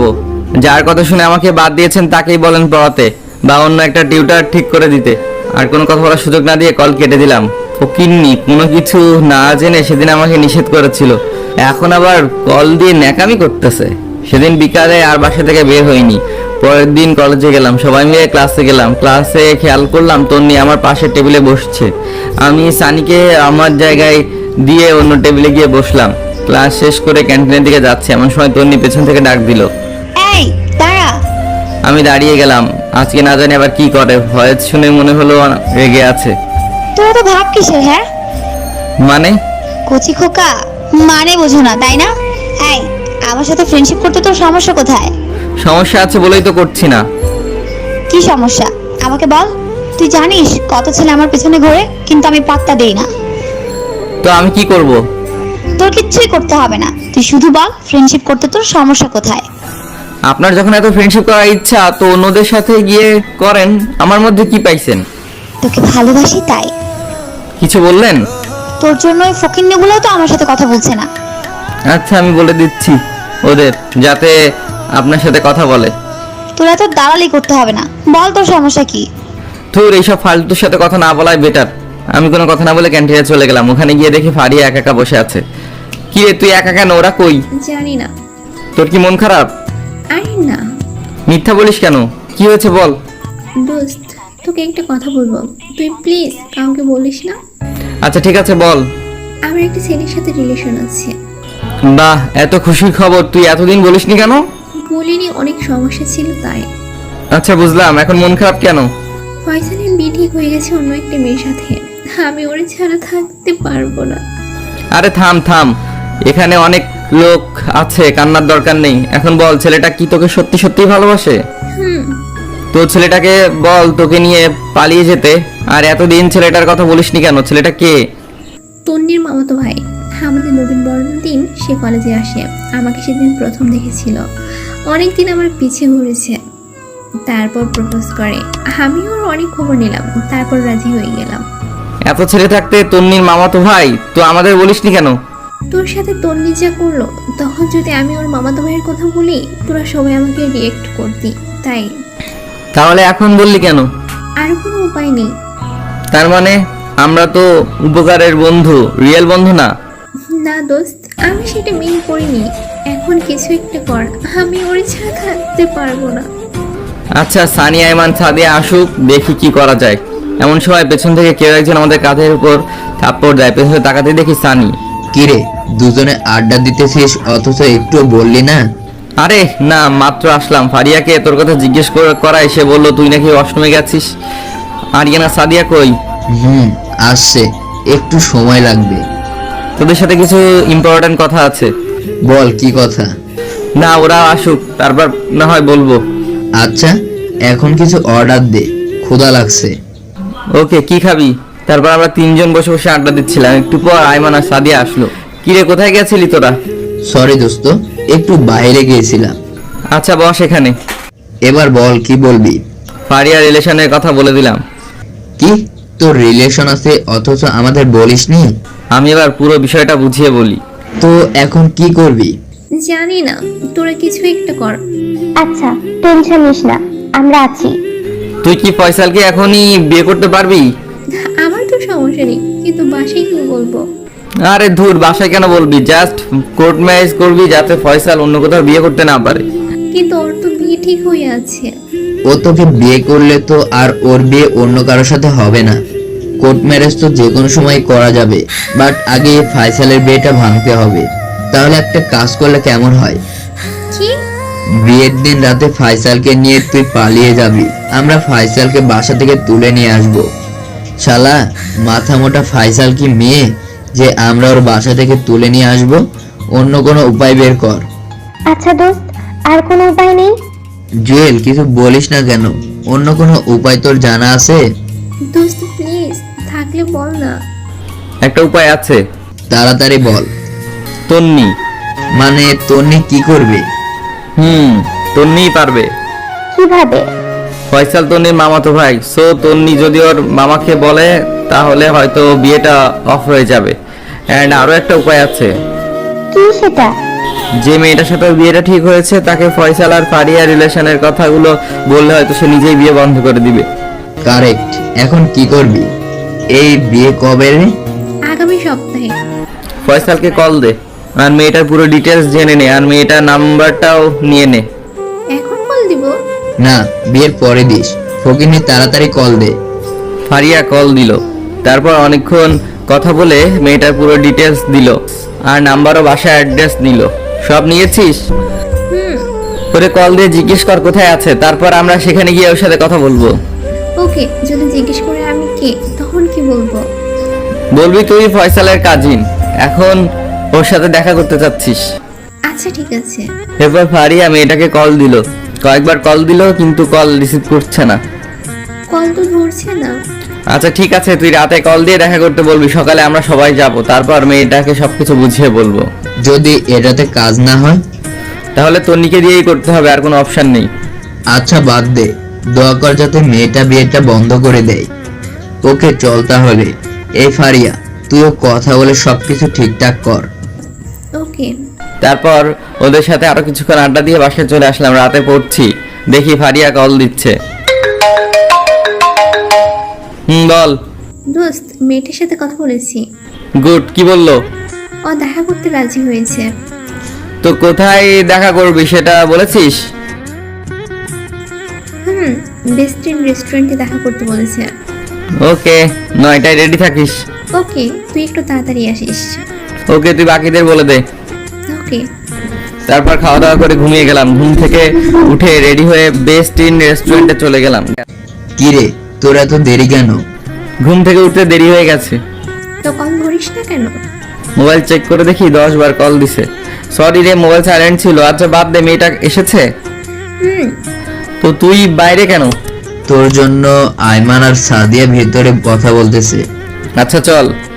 তারপর ভেতরে গেলাম, মেয়েটার সাথে অনেক কথা বললাম। তারপর ফারিয়াকে ইশারা দিয়ে বললাম ওর কথাগুলো বলতে। তারপর ফারিয়া ওর সব কথাগুলো বুঝিয়ে বললো, আমরা একসাথে মেয়েটাকে বুঝালাম, কিন্তু মেয়েটা উল্টো রিয়াক্ট দেখিয়ে বলে, এটা কোনো ব্যাপার না, বিয়ের আগে সবারই দু একটা ফ্রেন্ড থাকে, আমারও ছিল। বিয়ের পর সব ঠিক হয়ে যাবে। মানে বিয়েটা হচ্ছে, আপনি ফয়সালকে ভুলে যান, পারলে আপনিও অন্য কাউকে বিয়ে করে নেন। তার মানে আপনি বিয়েটা করবেন? সবকিছু জানার পরও আপনি ওর মাঝে কি পেয়েছেন? দেখেন, ফয়সাল দেখতে অনেক হ্যান্ডসাম এবং ধনীও, ভালো চাকরিও করে।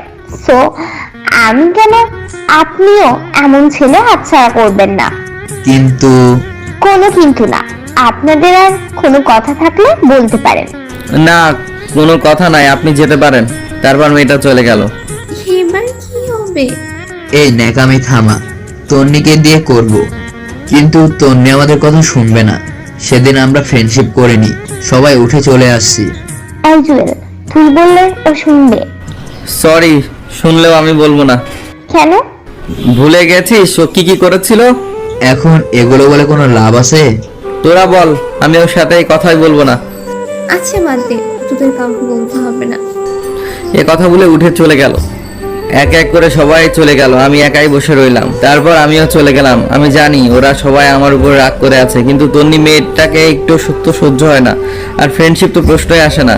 রাতের বেলা বাসায় বসে বসে চিন্তা করছি কি করা যায়। মোবাইল নিয়ে এফবি লগ ইন করলাম। ফারিয়া অনেক দুঃখে স্ট্যাটাস দিয়েছে, সবগুলোতে বন্ধুদের বিরুদ্ধে লেখা।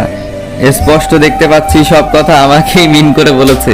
তারপর ভাবলাম তন্নির সাথে কথা বলেই ফেলি, যেটাই হোক। ফারিয়া আমার খুব ভালো বন্ধু, আর বন্ধু তো বন্ধুর জন্যই।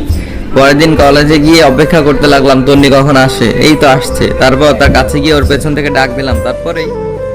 তারপর ওর কাছে গেলাম, ওকে পেছন থেকে ডাক দিলাম।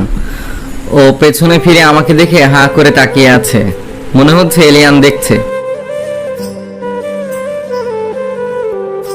ফ্রেন্ডশিপ করতে চাইছিলাম কি, একটা রিয়াক্ট তুই আমাদের সাথে সেদিন দেখালি। এমন ভাবে উঠে চলে গেলি যেন আমরা চিড়িয়াখানার ভয়ঙ্কর প্রাণী। আমি রাজি কি রাজি? আপনাদের সাথে ফ্রেন্ডশিপ করতে। সত্যি নাকি কোনো মতলব আছে? মতলব থাকলে প্রথমেই আপনাদের সাথে ফ্রেন্ডশিপ করতাম। আচ্ছা ঠিক আছে, আজ থেকে সবাই ফ্রেন্ড। বাকিরা কোথায়? ওরা এখনো আসেনি। আচ্ছা চল ওদিকে গিয়ে বসি। চলেন। ওয়েট, আবার কি হলো? তুই না আমাদের ফ্রেন্ড, তাহলে আপনি করে বলছিস কেন? তো কি বলবো? তুই করে বলবি সবার মতো। আচ্ছা ঠিক আছে। তারপর ওদের সাথে গাছতলায় গেলাম। সানি, আইমান, সাদিয়া, ফারিয়া সবাই আমার উপর কালকের ব্যাপারটা নিয়ে রেগে আছে, সেজন্য সকাল থেকে কেউই কল দেয়নি, কলেজেও আসছে না। কিরে, তোর কি মন খারাপ? না ঠিক আছি, আমি শুধু বসে আছি। তন্নি কখন একা হবে আর কখন আমি ওকে কথাগুলো বলবো, একটু বল। লিজা বলল। এই তোরা থাক, আমি গেলাম। তোর আবার কি হলো? বাবা আজকে তাড়াতাড়ি যেতে বলেছে। ওকে যা তাহলে। এই তুইও যাবি? না, আরো কিছুক্ষণ আছি। তারপর লিজা চলে গেল। আমি আর তন্নি চুপচাপ বসে আছি। ওর সাথে যে এইভাবে বসবো কখনো কল্পনাও করিনি। যেখানে সে আমাকে দেখলেই হুমকি দিত আর সেখানে আমার সাথে বসে আড্ডা দিচ্ছে। বাস্তবতা কি থেকে কি হয় বোঝাই মুশকিল। আমার চুপ থাকা দেখে তন্নি বলল, কি রে চুপচাপ বসে থাকবি নাকি কিছু বলবি? আপনার সাথে সরি, তোর সাথে একটা কথা ছিল। তো বল, চুপ করে আছিস কেন? আমি এবার ফারিয়া আর তন্নির মামাতো ভাই ফয়সালের রিলেশনের কথাটা বললাম এবং এর আগে যা যা হয়েছে সবকিছু বললাম এবং ওর মামাকে কি কি বলতে হবে সেটাও বলে দিলাম। আচ্ছা এই তাহলে আসল কথা? তুই সে কারণে ফ্রেন্ডশিপ করেছিস? আমি ঠিকই সন্দেহ করেছিলাম তোর ভিতরে কোনো একটা ঘাপলা আছে। যেই ছেলে আমাকে এক সেকেন্ডও সহ্য করতে পারে না আর সে নিজ থেকে এসেছে ফ্রেন্ডশিপ করতে, আমি প্রথমেই বুঝছি। এই না, আমি এটার জন্য ফ্রেন্ডশিপ করিনি। তো কেন করলি? আগে করিসনি কেন? আসলে আমি ভেবেছি কিছুদিন পর সব পরিস্থিতি ঠান্ডা হয়ে গেলে ফ্রেন্ডশিপ করব। আর যতই হোক আমরা সেম ক্লাসে পড়ি, ফ্রেন্ডশিপ রাখা দরকার। বুঝলাম। তো এখন কি করব?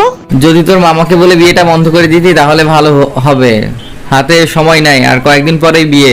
ওকে চল। কোথায়? কোথায় আবার? মামার বাসায়। ওকে চল। তারপর ক্যাম্পাস থেকে বের হয়ে একটা রিক্সা নিয়ে ওর মামার বাসার দিকে রওনা দিলাম। কলেজ থেকে একটু দূরে ওর মামার বাসা। মেয়েটা যে এত কথা জানে, ওর সাথে না বের হলে জানতাম না। একটু পর ওর মামার বাসায় গেলাম। সে আমাকে সোফা রুম দেখিয়ে বসতে বলল, তারপর নিজে অন্যদিকে চলে গেল। আমি বসে বসে ভাবছি কাজটা হবে কিনা। তারপর তনি ওর মামাকে নিয়ে আমার কাছে আসলো। আমি সালাম দিলাম, বসে কিছুক্ষণ গল্প করলাম। তারপর তনি ফয়সালের ব্যাপারে বলল, কিন্তু ফয়সালের যে রিলেশন আছে সেটা বলেনি। তন্নি নিজে থেকে অনেকগুলা মিথ্যা কথা বলে প্রায় ওর মামাকে নিস্তব্ধ করে দিল। মেয়েটার বুদ্ধি দেখে আমি রীতিমতো একটা টাস্কি খেলাম। তারপর ওর মামা বলল, তোরা এত কিছু কি করে জানিস? আর আমার ভাইয়ের বিয়ে আর আমি ভাবি সম্পর্কে একটু খবর নিব না তা কি করে হয়? তাই খবর নিলাম। ও মামা প্লিজ, তুমি ভাইয়ার জীবনটা এভাবে নষ্ট করে দিও না।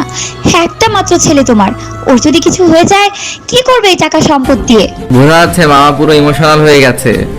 বেচারা মনে হয় কেঁদে দিবে। লিমার বাবা আমার সাথে এত বড় মিথ্যা কথা বলেছে, নিজের মেয়েকে আমার ছেলের কাছে ঝুলে দেওয়ার জন্য এসব করেছে। মামা কিন্তু মা, আমি তো সবাইকে দাওয়াত দিয়ে দিচ্ছি। আমি এক কথার মানুষ, এখন কথার খেলাপ কি করে করি? খেলাপ কেন করবে? তুই ওই দিনই ভাইয়ার বিয়ে দাও। আর এত তাড়াতাড়ি ওর জন্য মেয়ে কোথায় পাবো? সেটা আপনি আমার উপরে ছেড়ে দেন। পারবে নাকি তোমরা? চেষ্টা করতে তো আর সমস্যা নেই। আপনি শুধু লিমার সাথে বিয়েটা ক্যান্সেল করেন। ওকে বাবা। আমি আর মামা অবাক হয়ে তার দিকে তাকালাম। পাত্রীকে? সেটা না হয় বিকালে দেখবে। ফয়সাল ভাইয়াকেও বলো রেডি থাকতে। আচ্ছা ঠিক আছে। মামা আমরা তাহলে আসি, বিকালে দেখা হবে। খেয়ে যাও। না, আমাদের কাজ আছে। আচ্ছা ঠিক আছে, সাবধানে যাবি। এরপর বাসা থেকে বেরিয়ে আসলাম। কিরে কেমন দিলাম? পুরাই 100। আপনি একটা জিনিস মাইরি। তা দেখতে হবে না মেয়েটাকে? হয়েছে, আর ঢং করতে হবে না। আরো একটা কাজ করতে হবে। কি কাজ? ফারিয়াদের বাসায় বলতে হবে, না হলে ওরা জানবে কি করে। দাঁড়া, আমি ওর আম্মুকে কল দিই। আচ্ছা দে। কল দিলাম। হ্যালো, আসসালামু আলাইকুম আন্টি। ওয়ালাইকুম সালাম। কেমন আছো বাবা? এই তো আন্টি আছি মোটামুটি। আপনি? আছি, আল্লাহ রাখছে। আন্টি ফারিয়া কোথায়? কলেজে আসেনি যে? জানি না বাবা, মেয়েটা কালকে থেকে কিছু খাচ্ছে না, দরজা বন্ধ করে ভিতরে বসে থাকে। আন্টি একটা কথা ছিল। বলো। আমি পুরো বিষয়টা বুঝিয়ে বললাম এবং এটাও বললাম বিকেলবেলা ওরা সবাই দেখতে আসবে। আন্টিও কেমন জানি একটু একটু খুশি আছে। তাহলে এই ব্যাপার। আর দেখো, মেয়েটা আমাকে কিছু জানায়নি। আন্টি ফারিয়া ভয়ে জানায়নি। ভয়ের কি আছে? আমি তো ওর মা, ওর ভালো মন্দ তো আমাকেই দেখতে হবে। আমার আর ওর বাবারও প্রথমে প্রেম ছিল, তারপর বিয়ে। আন্টি আরেকটা কথা, আমি যে আপনাকে কথাগুলো বলেছি ফারিয়াকে কিছু বলবেন না, আর ফয়সাল যে ওকে দেখতে আসছে সেটাও বলবেন না, ওকে একটা সারপ্রাইজ দিব। আচ্ছা ঠিক আছে। এটা বলে কেটে দিলাম। সব ঠিক আছে? তুই তাহলে যা, দুপুরে খেয়ে রেডি হয়ে নিস। দেখা কোথায় করবি? মানে ফারিয়াকে কোথায় দেখাবি? সিজলার রেস্টুরেন্টে দেখালে কেমন হয়? যেটা ভালো বুঝিস। আচ্ছা ঠিক আছে, এখন বাসায় যা। তারপর তন্নির কাছ থেকে বিদায় নিয়ে বাসায় চলে আসলাম। আজকে কেমন যেন একটা অন্যরকম আনন্দ লাগছে। খাওয়া দাওয়া করে আমি ফারিয়া আম্মুকে কল দিয়ে সবকিছু বলে দিলাম, কোথায় আসতে হবে সেটাও বলে দিলাম। আরো বললাম সানিয়া, আয়মান আর সাদিয়াকে সাথে করে নিয়ে আসতে। তারপর রেডি হয়ে তন্নিদের বাসার সামনে চলে গেলাম। কিছুক্ষণ পর সে আসলো। তারপর দুজনে ওর মামার বাসায় চলে গেলাম। সেখান থেকে সবকিছু ঠিকঠাক করে ওদের সাথে নিয়ে সিজলার রেস্টুরেন্টে চলে গেলাম। ফারিয়ার আম্মু আব্বু, ওর বাবা, ওর মামা, আরো কয়েকজন লোক, তারপর সানি, আয়মান আর সাদিয়া সবাই আগে থেকে এসে বসে আছে। এরপর আমরাও গেলাম। আমাকে আর তন্নিকে একসাথে দেখে সানি, আয়মান, সাদিয়া, ফারিয়া এমনভাবে তাকালো যেন আকাশ থেকে পড়েছে।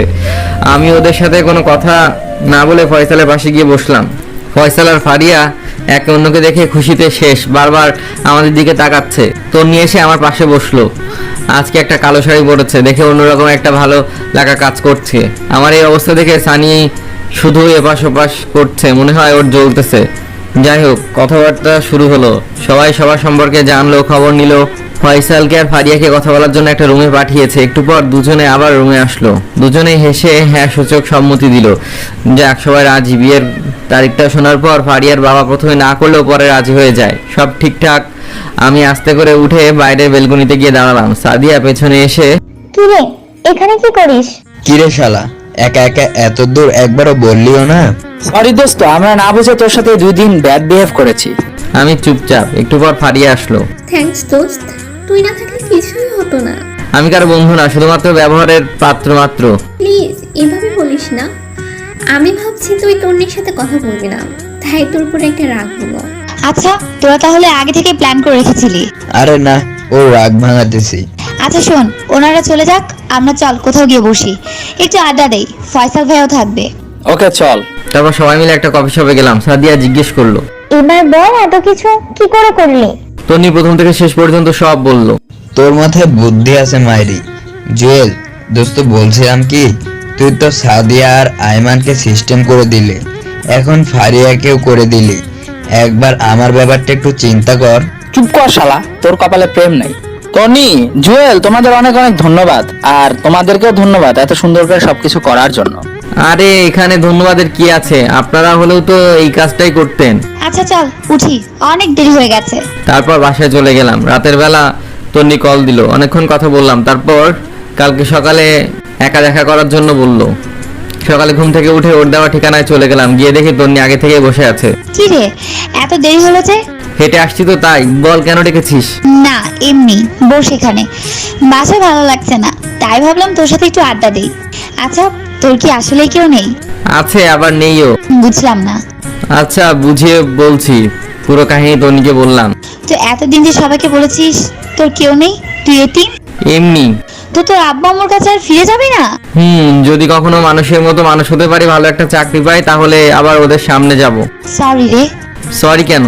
আমি না জেনে তোর সাথে এত কিছু করেছি। মনে মনে বললাম, সময় হলে দেখতে পারবি আমি কি করি তোর সাথে। আরে ধুর, আমি এগুলা নিয়ে ভাবি না, যা হওয়ার তা তো হয়েই গেছে, এখন এগুলা বলে লাভ কি? তবুও আমি একটু বেশি করে ফেলেছি। ফারিয়া কল দিল। কি রে, কোথায় তুই? এই তো বাসায়। বাসায় কি করিস? তাড়াতাড়ি মার্কেটে আয়, আমরা সবাই আছি। মার্কেটে কেন? আরে বিয়ের কেনাকাটা করতে হবে, তাড়াতাড়ি আয়। আচ্ছা ঠিক আছে। এরপর তন্নিকে নিয়ে মার্কেটে চলে গেলাম। দেখি সানি, আয়মান, সাদিয়া, ফারিয়া সবাই আছে। আমাকে আর তন্নিকে একসাথে দেখে একটু অবাক হয়েছে মনে হয়। কিরে বেটা, সারাদিন তন্নির সাথে কি? আরে আজব, সারাদিন কোথায় দেখলি? আসার সময় রাস্তায় দেখা হলো, তাই নিয়ে আসলাম। দেখিস আবার। শালা, সবাই রে নিজের মতো মনে করিস কেন? এই তোরা থাম, ভেতরে চল, নয় আব্বু বকা দিবে। ওকে চল। ভেতরে গেলাম। সাদিয়ার তন্নি ফারিয়ার জন্য শাড়ি দেখছে। আমি সানিয়ার আয়মান বাইরে ঘুরঘুর করছি। সানি এদিক ওদিক উকিঝুঁকি দিচ্ছে মেয়ে আছে কিনা। ফারিয়া আমাকে ইশারা দিয়ে বলল, তোরাও যা যা লাগে নিয়ে নে, আজকে খরচ সব আমার। আমি বললাম আমার কিছু লাগবে না। সানিয়া আর আইমানকে বললাম নিতে, ওরাও নিচ্ছে না। ফারিয়া বাইরে এসে বলল, কিন্তু তোরে কিছু নিবি না? না রে আমার লাগবে না, ওদের জিজ্ঞাসা কর কিছু লাগবে কিনা। আমি এত কিছু বুঝি না, তোদেরও কিনতে হবে। আচ্ছা একটা কাজ কর, গায়ে হলুদের জন্য 3 জনে 3টা পাঞ্জাবি নিয়ে নে। এটাতে না করিস না প্লিজ। আচ্ছা ঠিক আছে সবাই চল। এই দাঁড়া, আবার কি? তোদের জন্য পাঞ্জাবি আমি চয়েস করব। তারপর আমরা একটা পাঞ্জাবি দোকানে গেলাম, যাওয়ার সাথে সাথে একটা শর্ট খেলাম, কারণ ওখানে আব্বু আম্মু আর ছোট মামা ছিল। হঠাৎ করে তাদের দেখে ভেতরটা কেঁদে উঠলো। আমি তাড়াতাড়ি বের হয়ে গেলাম, গিয়ে অন্য একটা গলিতে ঢুকে গেলাম। এদিকে সানিয়া আর আয়মান আমাকে পাগলের মতো খুঁজছে। আমি বাইরের দিকে তাকিয়ে অপেক্ষা করছি কখন ওরা যাবে। হঠাৎ করে কেউ একজন আমার কাঁধে হাত দেয়। মুহূর্তে চমকে উঠে পেছনে তাকিয়ে দেখি আয়মান আর সানি। কিরে তুই এখানে কি করিস আর আমরা অন্যদিকে তোকে খুঁজতেছি? কিরে কিছু বলস না কেন, কি হয়েছে? আব্বু আম্মু আর ছোট মামা ওই দোকানে ছিল। মানে আমরা যেখানে পাঞ্জাবি কিনতে গিয়েছিলাম সেখানে? তো দেখা কর। তুই পাগল নাকি? যেখানে আমাকে বাসা থেকে বের করে দিয়েছে সেখানে আমি বুঝি ওদের সাথে দেখা করব? এতদিনও সব ভুলে গেছে। তবুও আমি প্রতিষ্ঠিত হওয়া ছাড়া সামনে যাব না। আচ্ছা সেই জন্য আমরা যখন তোর নাম ধরে ডাকাডাকি করতেছি বারবার, তোর আব্বু আম্মা আমাদের দিকে তাকাচ্ছিল, তোর আম্মু তো একটুর জন্য জিজ্ঞেস করে নাই। আচ্ছা বাদ দে, এখন চল, ওনারা চলে গেছে। আর শোন, ওদেরকে কিছু বলার দরকার নেই। আচ্ছা চল। তারপর ওদের সাথে আরো কিছুক্ষণ কেনাকাটা শেষ করে বাসায় চলে আসলাম। আর 2 দিন পরেই বিয়ে। এখন থেকে সবকিছু ভালোভাবে প্রিপারেশন নিচ্ছে। আমরাও ব্যস্ত, মোটামুটি সবকিছু ঠিকঠাক। মহা ধুমধামে বিয়েটা হয়ে গেল। ফারিয়া বিয়ের পরও লেখাপড়া করবে, এটা আগে থেকে ঠিক ছিল। বিয়েতে অনেক মজা করলাম, ভালোই ভালো বিয়েটা শেষ হলো। বিয়ের কয়েকদিন পর আবার সবাই কলেজে গেলাম, ক্লাস করলাম। আমাদের ফ্রেন্ডশিপ আরো মজবুত হলো। সারাদিনে সবাই একসাথে থাকি, ভালোভাবেই দিনগুলো যাচ্ছিল। দেখতে দেখতে আমাদের কলেজের শেষ প্রান্তে চলে আসছি, মানে আমাদের সবগুলো সেমিস্টার কমপ্লিট। আর কিছু 2 দিন পরেই ফাইনাল এক্সাম। আজকে আমাদের বিদায় অনুষ্ঠান হবে। স্যারেরা সবাই আমাদের উদ্দেশ্যে অনেক কথা বললো, ছোটরাও অনেক কথা বললো। অনুষ্ঠান শেষে সবাই মিলে সেই গাছতলায় গিয়ে বসলাম, যেখানে আমরা সবাই আড্ডা দিতাম। সবারই মন খারাপ, যতই হোক অনেক স্মৃতি জুড়ে আছে এই ক্যাম্পাসে। আর সবচেয়ে বড় কথা, পরীক্ষার পরে আমরা সবাই যে যার মতো ব্যস্ত হয়ে যাব। হবে না আগের মতো আড্ডা দেওয়া, খাওয়া দাওয়া করা, ঘুরতে যাওয়া। সবারই মন খারাপ। তারপর অল্প কিছু কথা বলে যে যার মতো বিদায় নিতে লাগলাম। এমন সময় তন্নি বলল, সবাই দাঁড়া, তোদের সাথে কথা আছে। বল। আমরা সবাই ওর দিকে তাকিয়ে আছি, চোখ মুখ লাল হয়ে আছে। কলেজ জীবনের শুরু থেকে তোদের সাথে আমার খুব ভালো একটা সম্পর্ক ছিল না। যখন 3য় সেমিস্টারে আসি তখন জুয়েলও আমাদের সাথে ভর্তি হয়। প্রথম দিন থেকে ওর সাথে আমার ভেজাল শুরু হয়, সেটা তোরা খুব ভালো করে জানিস। আমি ওকে অনেক অত্যাচার করেছি, কখনো ছেলে লাগিয়ে, কখনো পুলিশ দিয়ে। শেষ যখন দেখলাম সে এখন রাস্তায় রাস্তায় ঘুরছে, তখন সিদ্ধান্ত নিলাম যে করেই হোক ওকে এখান থেকে তাড়াতে হবে। সেদিনও ওকে অনেক থ্রেট দিয়ে যখন আমি বাইক নিয়ে চলে যাচ্ছিলাম তখনই আমার অ্যাক্সিডেন্ট হয়। আর কিছু মনে নেই। যখন জ্ঞান আসে তখন শুনি ওই আমাকে বাঁচিয়েছে। তোরাও নাকি রক্ত দিয়েছিলি। তোদের প্রতি আমার সম্মানটা বেড়ে যায়। সেদিন হাসপাতালের বেডে শুয়ে ওয়াদা করেছিলাম আর কোনোদিন কোনো ছেলের সাথে বেয়াদবি করব না, পারলে উপকার করব। সেদিন থেকেই তোদের সাথে ফ্রেন্ডশিপটা হয়ে যায়। কিভাবে যে এতগুলো দিন চলে গেল আমি বুঝতেই পারিনি। এবার আসল কাহিনীটা বল, এটা আমরা সবাই জানি।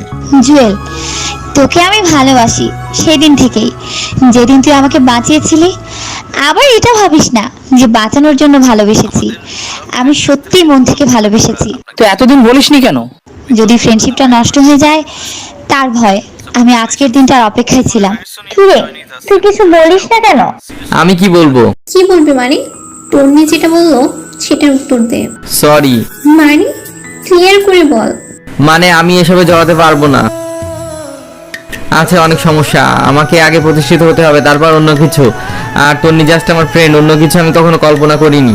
তো সমস্যা কোথায়? দেখতেছিস না আমি আর আরমান একসাথে আছি। তোদের লাইফ আর আমার লাইফ এক না, সো আমার দ্বারা এগুলো হবে না। হবে, তুই চিন্তা করে দেখ। হবে না, কারণ আমার গার্লফ্রেন্ড আছে। মানে তুই তো আমাদেরকে কিছু বলিসনি। বলার প্রয়োজন মনে করিনি তাই বলিনি। আমার গার্লফ্রেন্ড আগের কলেজেই পড়ে। কিন্তু কোনো কিন্তু না, যা বলার আমি বলে দিয়েছি। তোরা থাক, আমি গেলাম। তারপর আমি হাঁটা দিলাম। তন্নি বারবার আমাকে ডেকেছে, আমি পেছনেও তাকাইনি, সোজা হাঁটা দিলাম। আসলে আমি ইচ্ছা করে করিনি, কারণ ও আমার সাথে যা যা করেছে সেগুলো একটাও আমি ভুলিনি। এবার বুঝুক কেমন লাগে। আমি ওকে শারীরিক নির্যাতন করব না, মানসিকভাবেই করব। রাতের বেলা সাদিয়া আয়মান আমাকে কয়েকবার কল দিয়ে বোঝানোর চেষ্টা করলো, আমি কল কেটে দিয়ে মোবাইল অফ করে রেখে দিলাম। 2 দিন পর এক্সাম, আমি এগুলা নিয়ে না ভেবে ভালোভাবে পড়াশোনা করতে লাগলাম। দেখতে দেখতে পরীক্ষার দিন চলে আসলো, আমাদের অন্য একটা কলেজে সিট পড়ে। সকালবেলা রেডি হয়ে বেরিয়ে গেলাম। ওই কলেজের ওখানে গিয়ে দেখলাম সানি, আয়মান, ফারিয়া আর সাদিয়া দাঁড়িয়ে আছে। আমি গিয়ে ওদের সাথে কথা বললাম। তন্নিকে দেখছি না, আসবে কি আসবে না সেটাও জিজ্ঞেস করতে পারছি না। ওদের সাথে বসে বসে কথা বলছে। একটু পর দেখলাম তন্নি আসছে, এসে ওদের সাথে বসে বসে কথা বলছে। একটু পর দেখলাম তন্নি আসছে, চোখ মুখ লাল হয়ে ফুলে আছে। দেখে মনে হচ্ছে অনেক কান্নাকাটি করেছে। কিরে, কি অবস্থা তোর? অসুস্থ নাকি? না, আমি ঠিক আছি। দেখে তো মনে হচ্ছে না। চল, দেরি হয়ে যাচ্ছে। তারপর সবাই পরীক্ষা কেন্দ্রে চলে গেলাম, যে যার মতো পরীক্ষা দিল। বাইরে এসে অনেকক্ষণ আড্ডা দিলাম, কিন্তু তন্নি একবারও আমার সাথে কথা বলেনি। আমিও নিজে থেকে বলিনি। দেখি সে কতক্ষণ রাগ দেখিয়ে থাকতে পারে। এভাবে সবগুলো পরীক্ষা চলে গেল, তন্নি আমার সাথে কথা বলেনি। শেষ পরীক্ষা দিন, পরীক্ষা দিয়ে বের হচ্ছি। আজকের কলেজ লাইফের শেষ দিন। হয়তো আর ওদের সাথে খুব একটা আড্ডা দিতে পারবো না, যে যার মতো ব্যস্ত হয়ে যাব। সানি বলল, এই চল ওদিক থেকে ঘুরে আসি। আচ্ছা ঠিক আছে, চল। আমি, সানি, আয়মান একটু দূরে একটা রাস্তার পাশে গিয়ে বসলাম। তখন ফারিয়ারা কেউ ছিল না। সানি বলল, বন্ধু, ওর প্রপোজ অ্যাকসেপ্ট করে নে, সমস্যা কি? তুই কি পাগল? ভুলে গেছিস সে আমার সাথে কি কি করেছিল? সেটা তো ভুলিনি, কিন্তু সে তো এখন আমাদের খুব ভালো বন্ধু, তোরও ভালো বন্ধু। বন্ধু, কিন্তু সেটাও তোদের উপকারের জন্য করেছি। এত তাড়াতাড়ি ভুলে গেলি?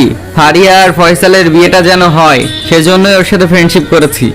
এতে আমার কোনো স্বার্থ নেই। কিন্তু এখন তো রিয়েলি বন্ধু হয়ে গেছে, সো অ্যাকসেপ্ট কর ভাই। তোর এত দরদ লাগলে তুই কর, আমার ইন্টারেস্ট নাই। আমাকে তো আর প্রপোজ করেনি, করলে তো সেদিনই অ্যাকসেপ্ট করতাম। আচ্ছা ওয়েট, সেদিন তুই বলেছিলি তোর জিএপ আছে, কিন্তু আমরা তো কিছুই জানি না। মিথ্যা বলেছিলাম যাতে তন্নির বাড়াবাড়িটা একটু কমে। এটা না করলেও পারতি। এই থাম, ওরা আসছে। তাকিয়ে দেখি সাদিয়া, ফারিয়া আর তন্নি এদিকে আসছে। কিরে, তোরা এখানে? আমাদের একটু বললিও না? তোদের দেখতে পাইনি, বস এখানে একটু আড্ডা দেই। তারপর ওরাও বসলো। তন্নি চুপচাপ বসে আছে। ফারিয়া তন্নিকে ধাক্কা দিচ্ছে কি যেন বলার জন্য। তারপর ফারিয়া নিজেই বলল, জুয়েল দোস্ত, তোর সাথে কথা আছে। বল। তুই কি ওই ব্যাপারে কিছু ভেবেছিস? কোন ব্যাপার? তোর নিজে কথাটা বললো। তোদের সেদিন আমি কি বলেছিলাম মনে নেই? আমার আজকেও সেই একই সিদ্ধান্ত। প্লিজ একটু ভেবে বল। আমার যা ভাবার তা আগেই ভেবেছি। সো অন্য কথা থাকলে বল, না হলে আমি গেলাম। উঠে চলে যাচ্ছিলাম, এমন সময় তন্নি ডাক দিল। এই দাঁড়া। আমি দাঁড়িয়ে আছি। যা, তোকে ভালোবাসতে হবে না, শুধু একটা প্রশ্নের উত্তর দিয়ে যা। কি? সত্যি থাকতে পারবি আমার সাথে কথা না বলে? পারবো। তুইও চেষ্টা কর, তুইও পারবি। কিন্তু কোনো কিন্তু না, তুই আমার থেকেও অনেক ভালো ছেলে পাবি। আমি ছোট লোক, এতিম, ফকিরের বাচ্চা, তুই তো বলেছিলি। এখন আবার ভালোবাসিস কেন? এসব কিছুর জন্য সরি বললাম তো, প্লিজ মাফ করে দে। তোর উপর তো আমার কোনো রাগ ক্ষোভ নেই, সো মাফের প্রশ্নই আসে না। প্লিজ এমন করে বলিস না, আমি সত্যি। অনেক হয়েছে, এবার থাম, আমি গেলাম। তন্নি পেছন থেকে আমাকে কয়েকবার ডেকেছে, আমি তাকাইনি। বাকিরাও অনেকবার ডেকেছে, আমি না দাঁড়িয়ে চলে যাই। সেদিন আমিও অনেক কেঁদেছি। হয়তো মেয়েটাকে আমিও ভালোবেসে ফেলেছি, কিন্তু কিছু করার নেই। সে আমার সাথে যেগুলা করেছে তার ফল একটু ওকেও ভোগ করতে হবে। এভাবে দিন যেতে লাগলো। সানি আয়মানের সাথে মাঝে মাঝে রাস্তায় দেখা হয়, মোবাইলে কথা হয়। ফারিয়া আর সাদিয়ার সাথে মোবাইলে কথা হয়, বা অনলাইনে টুকটাক কথা হয়। তন্নির সাথে টোটালি কোনো কথা হয় না আমার। দেখতে দেখতে রেজাল্টের দিন চলে আসলো। মোবাইলেই রেজাল্ট দেখে নিলাম। আলহামদুলিল্লাহ, খুব ভালো রেজাল্ট করলাম। আমাদের সবার রেজাল্ট মোটামুটি ভালো হয়, শুধু তন্নিরটা ছাড়া। সেও পাস করেছে, বাট অন্যদের মতো না। কারণটা হয়তো আমি রেজাল্ট দেওয়ার পরেই বিভিন্ন জায়গায় চাকরির জন্য আবেদন করতে শুরু করি। একটা কোম্পানিতে চাকরির জন্য আবেদন করি, ইন্টারভিউ দিলাম, সবকিছু ঠিকঠাক ছিল, তাই চাকরিও পেয়ে গেছি। চাকরি পাওয়ার পর ওদের সবাইকে কলেজ ক্যাম্পাসে আসতে বললাম, ট্রিট দিব। সবাই আসলো, কিন্তু তন্নি আসলো না। কি রে, তুই তো পুরোই চেঞ্জ। কই, আগের মতোই তো আছি। না মামা, আগে থেকে একটু অন্যরকম। আচ্ছা বাদ দে, তোর জব কেমন চলছে? ভালোই। তোরা ট্রাই করতেছিস না? না, আমি বাবার অফিসেই করব, সাথে আমার এই দুষ্টু বরটাকেও রাখবো। মামা, এই ভুল করিস না। সারা জীবন খোটা শুনবি যে তুই শ্বশুরের টাকায় খাস। শালা, কয়দিন পর ঘর জামাই করে নিয়ে যাবে, তখন কি করবি? ফারিয়া তো সেটেল। তোর জামাই কেমন আছে রে? আছে ভালো। এই তন্নির কি অবস্থা? তোদের সাথে কথা হয়? মাঝে মাঝে তোর সাথে হয়। আরে না, হইলে কি আর তোদেরকে জিজ্ঞেস করি? তুই রাজি হলে কি এমন ক্ষতি হতো? ওসব কথা বাদ দে, অনেকদিন আড্ডা দিই না। চল ওই দিক থেকে ঘুরে আসি। ঠিক বলেছিস, চল ঘুরে আসি। ওদের সাথে পুরো বিকাল আড্ডা দিলাম, সন্ধ্যায় বাসায় চলে গেলাম। এভাবেই দিন কাটছিল, ভালোই আছি। মাঝে মাঝে আম্মু আব্বুর কথা মনে ওঠে, ইচ্ছা করে তাদের কাছে ছুটে যাই। আজ সব আছে, টাকা সম্মান সব কিছু আছে, কিন্তু নেই বাবা মা। যত কিছুই করি দিন শেষে নিজেকে এতিমই মনে হয়। ইচ্ছা করছে এখনই ছুটে যায়, কোনো এক অজানা শক্তি ধরে রাখে, চাইলেও যাইতে পারি না। কিছুদিন পর আমি আমার বসের গাড়ি নিয়ে একটা দরকারের জন্য একটা জায়গায় যাচ্ছি।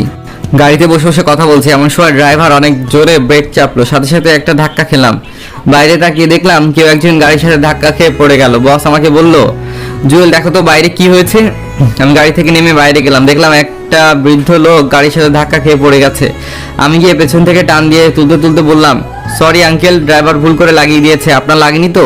পুরোটা বলার আগে আমি স্তব্ধ হয়ে গেলাম, কারণ লোকটা আর কেউ না, সে হচ্ছে আমার বাবা। বাবাকে দেখেই চোখ দিয়ে পানি ঝরতে শুরু করলো। বাবা আমার দিকে তাকিয়ে অবাক হয়ে আছে। অবাক হওয়ারই কথা, আমার বেশভূষা আগের মতো নেই। আগের জুয়েল আর এখনকার জুয়েলের মধ্যে অনেক তফাৎ চলে এসেছে। আব্বু তুমি? আব্বু আমাকে জড়িয়ে ধরে কান্না শুরু করে দেয়। আমারও অঝোর ধারায় চোখে পানি আসতে থাকে। কতক্ষণ বাবাকে জড়িয়ে ধরে দাঁড়িয়েছিলাম মনে নেই। পেছন থেকে কারো স্পর্শে পেছনে তাকাই, দেখি আমার বস, তারও চোখ ভেজা। তোর মা হাসপাতালে? কি, মায়ের কি হয়েছে? এই জুয়েল, তাড়াতাড়ি গাড়িতে ওঠো, হাসপাতালে চলো। তারপর বাবা, আমি আর বস গাড়িতে উঠলাম। বাবা আমার হাত ধরে বাচ্চা ছেলেদের মতো কাঁদছে। একটু পর হাসপাতালে গেলাম, গিয়ে দেখি আম্মুকে স্যালাইন লাগিয়ে শুয়ে রেখেছে। কি হয়েছে আম্মুর? গত পরশুদিন স্ট্রোক করেছে। ডাক্তার কি বলেছে? ভালো হতে সময় লাগবে। পেছন থেকে বস বলল, আচ্ছা জুয়েল, আমার তো সময় কম, মিটিং এ দেরি হয়ে যাচ্ছে, তুমি থাকো, আমি গেলাম, পরে কি হয় আমাকে জানিও। স্যার আমি না গেলে সমস্যা হবে না? না, আমি চালিয়ে নিব, তুমি মায়ের কাছে থাকো। ধন্যবাদ স্যার। বস চলে গেল। আমি আর বাবা হাসপাতালে বাইরে বসে আছি। আমার মাফ করে দিস। মানে হঠাৎ এ কথা কেন বলছো? সেদিন তোকে বাসা থেকে বের হয়ে যেতে বলছি, সেজন্য তুই বেরিয়ে গেলি। একবার ভাবি না যে তুই ছাড়া যে আমাদের আর কেউ নেই। আব্বু, সেদিন তুমি পৃথিবীর সেরা কাজটি করেছো। সেদিন যদি তুমি আমাকে বের করে না দিতে, হয়তো আজকে আমি এই পর্যায়ে আসতে পারতাম না, একজন ভালো মানুষ হতাম না, বাস্তবতা কি জিনিস বুঝতাম না, তোমাদের ভালোবাসা কি জিনিস বুঝতাম না। জানিস তুই চলে যাওয়ার পর তোর মা আর আমি কত তোকে খুঁজেছি। তোর জন্য তোর মা অসুস্থ হয়ে গেছে, দিন নেই রাত নেই শুধু কান্নাকাটি করতো। আমিও তোমাদের অনেক মিস করেছি বাবা। বাবা আমাকে আবারও জড়িয়ে ধরে কান্না করতে লাগলো। কিছুক্ষণ পর একটা ডাক্তার বাইরে এসে বলল, আম্মুর জ্ঞান এসেছে, ভেতরে যেতে পারবো।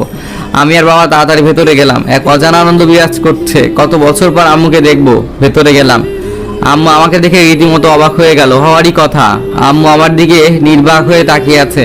আম্মুকে দেখে আমার পুরো শরীরে লোম দাঁড়িয়ে গেল।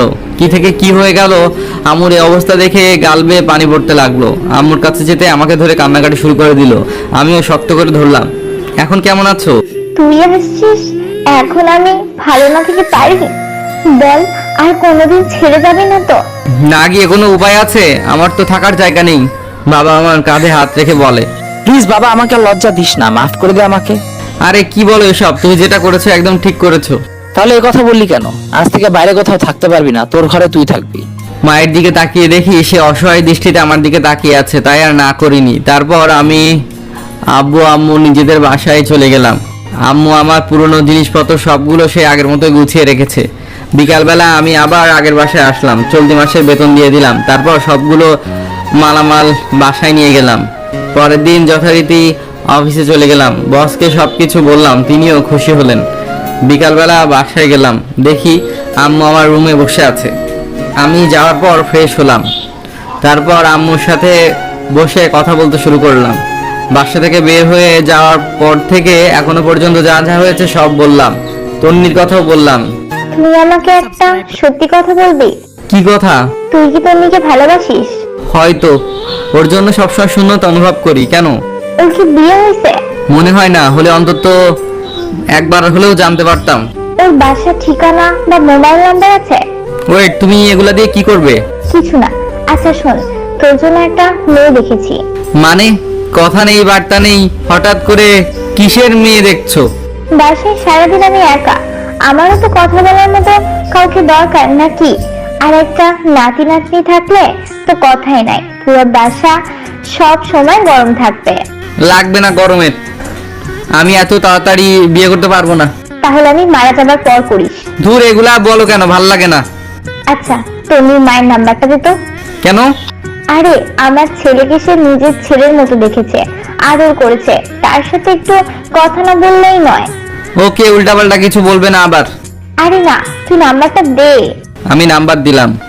তন্নির মায়ের নাম্বার দিয়ে আমি বাইরে চলে গেলাম। আম্মু মনে হয় কথা বলেছে। রাতের বেলায় বাসায় আসলাম। কি রে, কোথায় ছিলি? এই তো বাইরে গিয়েছিলাম।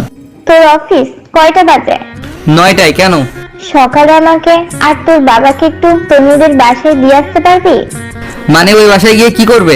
তন্নির মা নাকি অনেক অসুস্থ, একটু দেখে আসবো। আচ্ছা ঠিক আছে। তারপর খাওয়া দাওয়া করে ঘুমিয়ে গেলাম। সকালে ঘুম থেকে উঠে আব্বু আম্মুকে নিয়ে তন্নিদের বাসার সামনে গেলাম। আমি ওনাদের ভেতরে পাঠিয়ে দিয়ে আবার অফিসে চলে গেলাম। সারাদিন কাজ করে সানিয়ার আয়মানের সাথে বিকালবেলা আড্ডা দিয়ে বাসায় আসলাম। এসে ফ্রেশ হয়ে রুমে বসে একা একা একটা বই পড়ছি। আম্মু রুমে আসলো। কি রে, কি করিস? কিছু না, বই পড়ছি। কিছু বলবে? তোর বিয়ে। কি আমার বিয়ে মানে? তোর বিয়ে ঠিক করেছি। মানে কি? আমাকে জিজ্ঞেস করলে না মেয়েটা কে, কোথায় থাকে, কি করে সেটাও বললা না, সোজা বিয়ে ঠিক করে ফেললা? তোকে জিজ্ঞেস করার কি আছে? আমার ছেলের বউকে হবে সেটা আমি ঠিক করব। কিন্তু মেয়েটা কে সেটা তো বলবে। তোর বান্ধবী। বান্ধবী মানে কার কথা বলছো? তন্নি, ওর সাথেই তোর বিয়ে ঠিক করেছি। কি তন্নির সাথে মানে? কেন, ওরে তোর ভালো লাগে না? আচ্ছা ঠিক আছে, না করে দিচ্ছি। আরে ধুর, তোমারে আমি একবারও বলছি না করতে। তো কি করতাম? ও ভালো কথা, তুই যে পাত্র সেটা তন্নিকে বলতে নিষেধ করেছি। তো কি বলেছো? আসল কথা ওর বাবা মাকে বলেছি, ওরাও রাজি, কিন্তু বলেছি তোর কথা যাতে না বলে, অন্য ছেলের কথা বলতে। কিন্তু কেন? সারপ্রাইজ। বাহ, তোমার মাথায় বুদ্ধি আছে। দেখতে হবে না মাটা কার? আচ্ছা খেতে আয়। তারপর খাওয়া দাওয়া করে ঘুমাতে গেলাম, কিন্তু খুশির ঠেলায় ঘুম আসছে না। যাই হোক, মনটা ফ্রেশ হয়ে গেল। তন্নিকেও বিশাল একটা সারপ্রাইজ দেওয়া হবে। এভাবে কিছুদিন গেল। শুক্রবারে সকালবেলা বসে বসে খেলা দেখছি। কিছুক্ষণ পর একটা অপরিচিত নাম্বার থেকে কল আসে। আমি বুঝে গেলাম তন্নি হবে। কয়েকবার রিং করার পর ধরলাম। হ্যালো, কে? আমি। আরে আজব তো, আমিটা কে? আমি তন্নি। কোন তন্নি? কোন তন্নি মানে? কলেজের।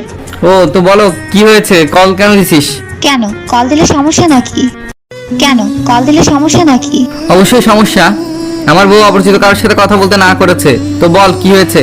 তন্নি চুপ করে আছে। ও যে রেগে আগুন হয়ে আছে সেটা আমি খুব ভালো করেই জানি। বিকেলে কলেজের সামনে আসিস, তোদের সাথে কথা আছে। চেষ্টা করব। কলটা কেটে দিয়ে হাসতে লাগলাম। যাই হোক, দুপুরে খাওয়া দাওয়া করে খুব সুন্দরভাবে রেডি হলাম। অনেকদিন পর ওদের সাথে দেখা হবে।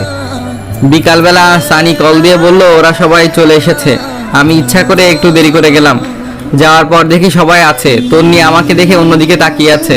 কিরে হারামির দল, কি অবস্থা তোদের? শালা এত দেরি কেন? আরে বাসায় কাজ ছিল। আচ্ছা চল ওইদিকে গিয়ে বসি। একটু দূরে একটা ব্রিজের পাশে গিয়ে বসলাম। সবাই মিলে হাসাহাসি করছি, বাট তন্নি চুপচাপ বসে আছে। একটু পর, তো এবার বল, কি এমন কথা যে আমাদের সবাইকে একসাথে করলি? তন্নি ব্যাগ থেকে কিছু কার্ড বের করলো। আমি দেখেই বুঝেছি বিয়ের কার্ড। সবার আগে একটা কার্ড আমাকে দিল, তারপর একে একে সবাইকে দিল। তারপর বলল, এই মাসের শেষে আমার বিয়ে, তোদের দাওয়াত রইলো, আশা করি সবাই আসবি। সবাই একসাথে কংগ্রাচুলেশন জানালো। আমি চুপচাপ কার্ড দিয়ে বাতাস করছি। আরে দোস্ত, তাহলে বিয়েটা করেই ফেলবি? কি করব, এখন তো আর বসে থাকার সময় না। আর কত ওয়েট করব? বাবা মা অনেক চাপ দিচ্ছে। ছেলে নাকি ভালো চাকরি করে, তাই রাজি হয়ে গেলাম। তুই না কাকে যেন ভালোবাসতি?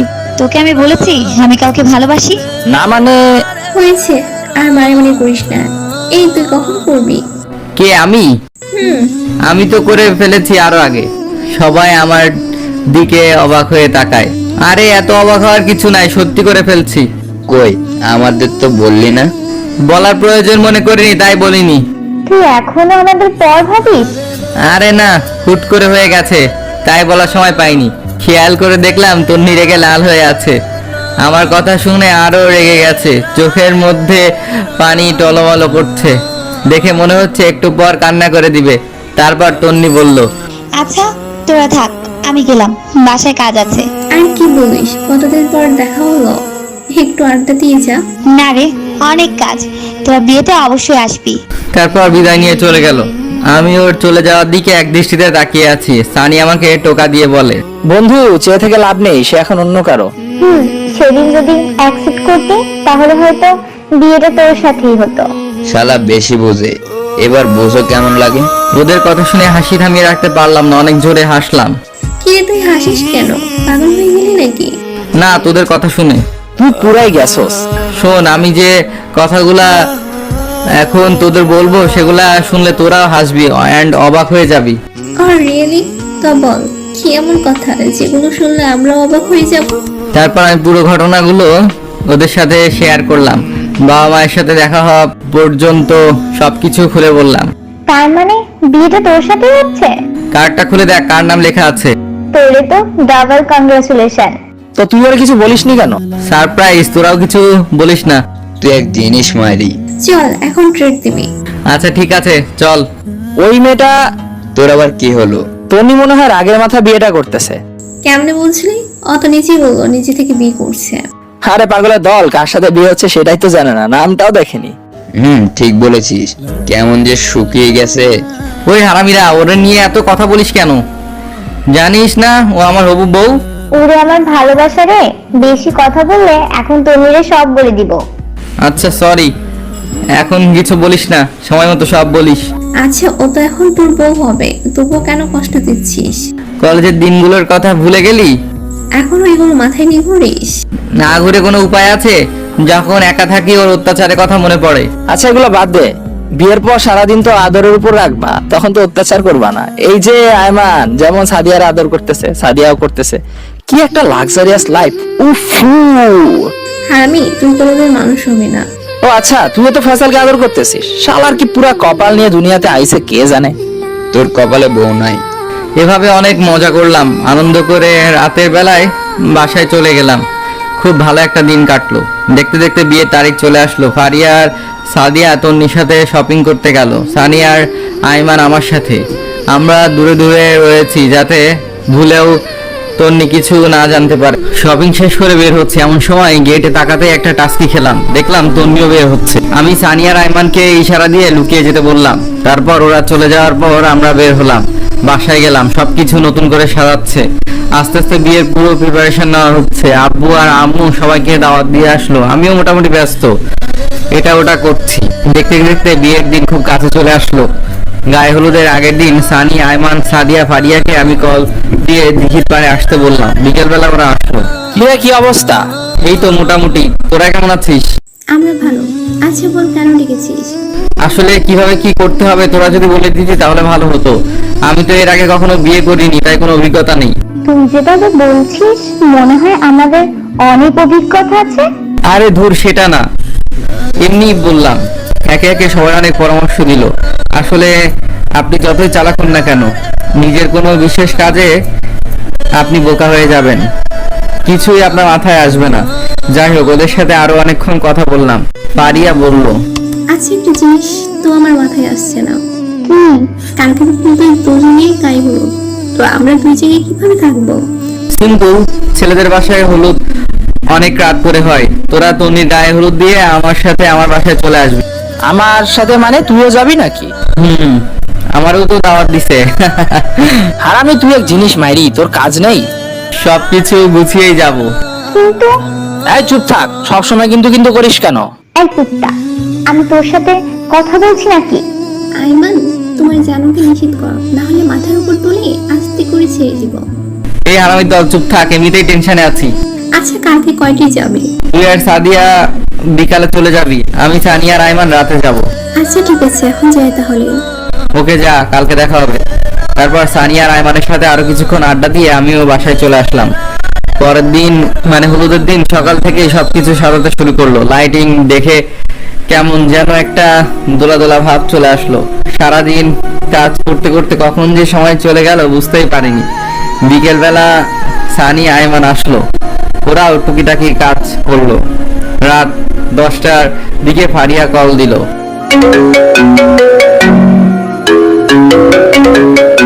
কি আসবি না? আসছি। তাড়াতাড়ি আই, তোদের তন্নি খুঁজছে। ওয়েট, আসছি। রেডি হয়ে বাইকটা বের করে যে বাইরে আসলাম তখনই আম্মার আগমন। কি রে, কই যাস তুই? তোমার বৌমাকে গায়ে হলুদ দিয়ে আসতে। কি নিজের গায়ে হলুদের খবর নাই, নিয়ে যাচ্ছে বউয়ের গালে হলুদ মাখাতে। যা বাসে যা। আরে দমকাও কেন, যাবো আর আসবো। তোর বাবা দেখলে চিল্লাচিল্লি করবে। কিছু করবে না, আমি যাবো আর আসবো। ওকে, সাবধানে যা। ওকে। তারপর বাইক নিয়ে বেরিয়ে গেলাম। আমি একমাত্র জামাই যে নিজের বউকে হলুদ মাখাতে যাচ্ছে। শালার এমন জামাই পাওয়া তো ভাগ্যের ব্যাপার। অবশেষে তন্নিদের বাসায় চলে আসলাম। বাহ, অনেক দারুণ ভাবে সাজানো হয়েছে। আমি ভেতরে গেলাম। তন্নির বাবা মা আমাকে দেখে অবাক হয়ে গেছে। আসলে হওয়ারই কথা, হলুদের দিন জামাই বউয়ের বাসায়। আমি সালাম করলাম, ওনারা হাসছে, হয়তো ওনারাও বুঝে গেছে আমি কেন এসেছি। ভেতরে গেলাম, দেখলাম তন্নিকে সাজাচ্ছে। আমাদের দেখে ফারিয়া আর সাদিয়া বাইরে আসলো। কিরে, এত দেরি কেন? আরে বলিস না, আম্মু আসতে দিচ্ছিল না। তো পরে কেমনে আসলি? তো কথা বলেছি, সাথে সাথেই ছেড়ে দিয়েছে। এই কুত্তা বিড়াল, তুই সবসময় আমার পিছে লাগিস কেন? হাই রে আল্লাহ, আজকেও তোরা ঝগড়া করবি? আচ্ছা চল শোন, বল।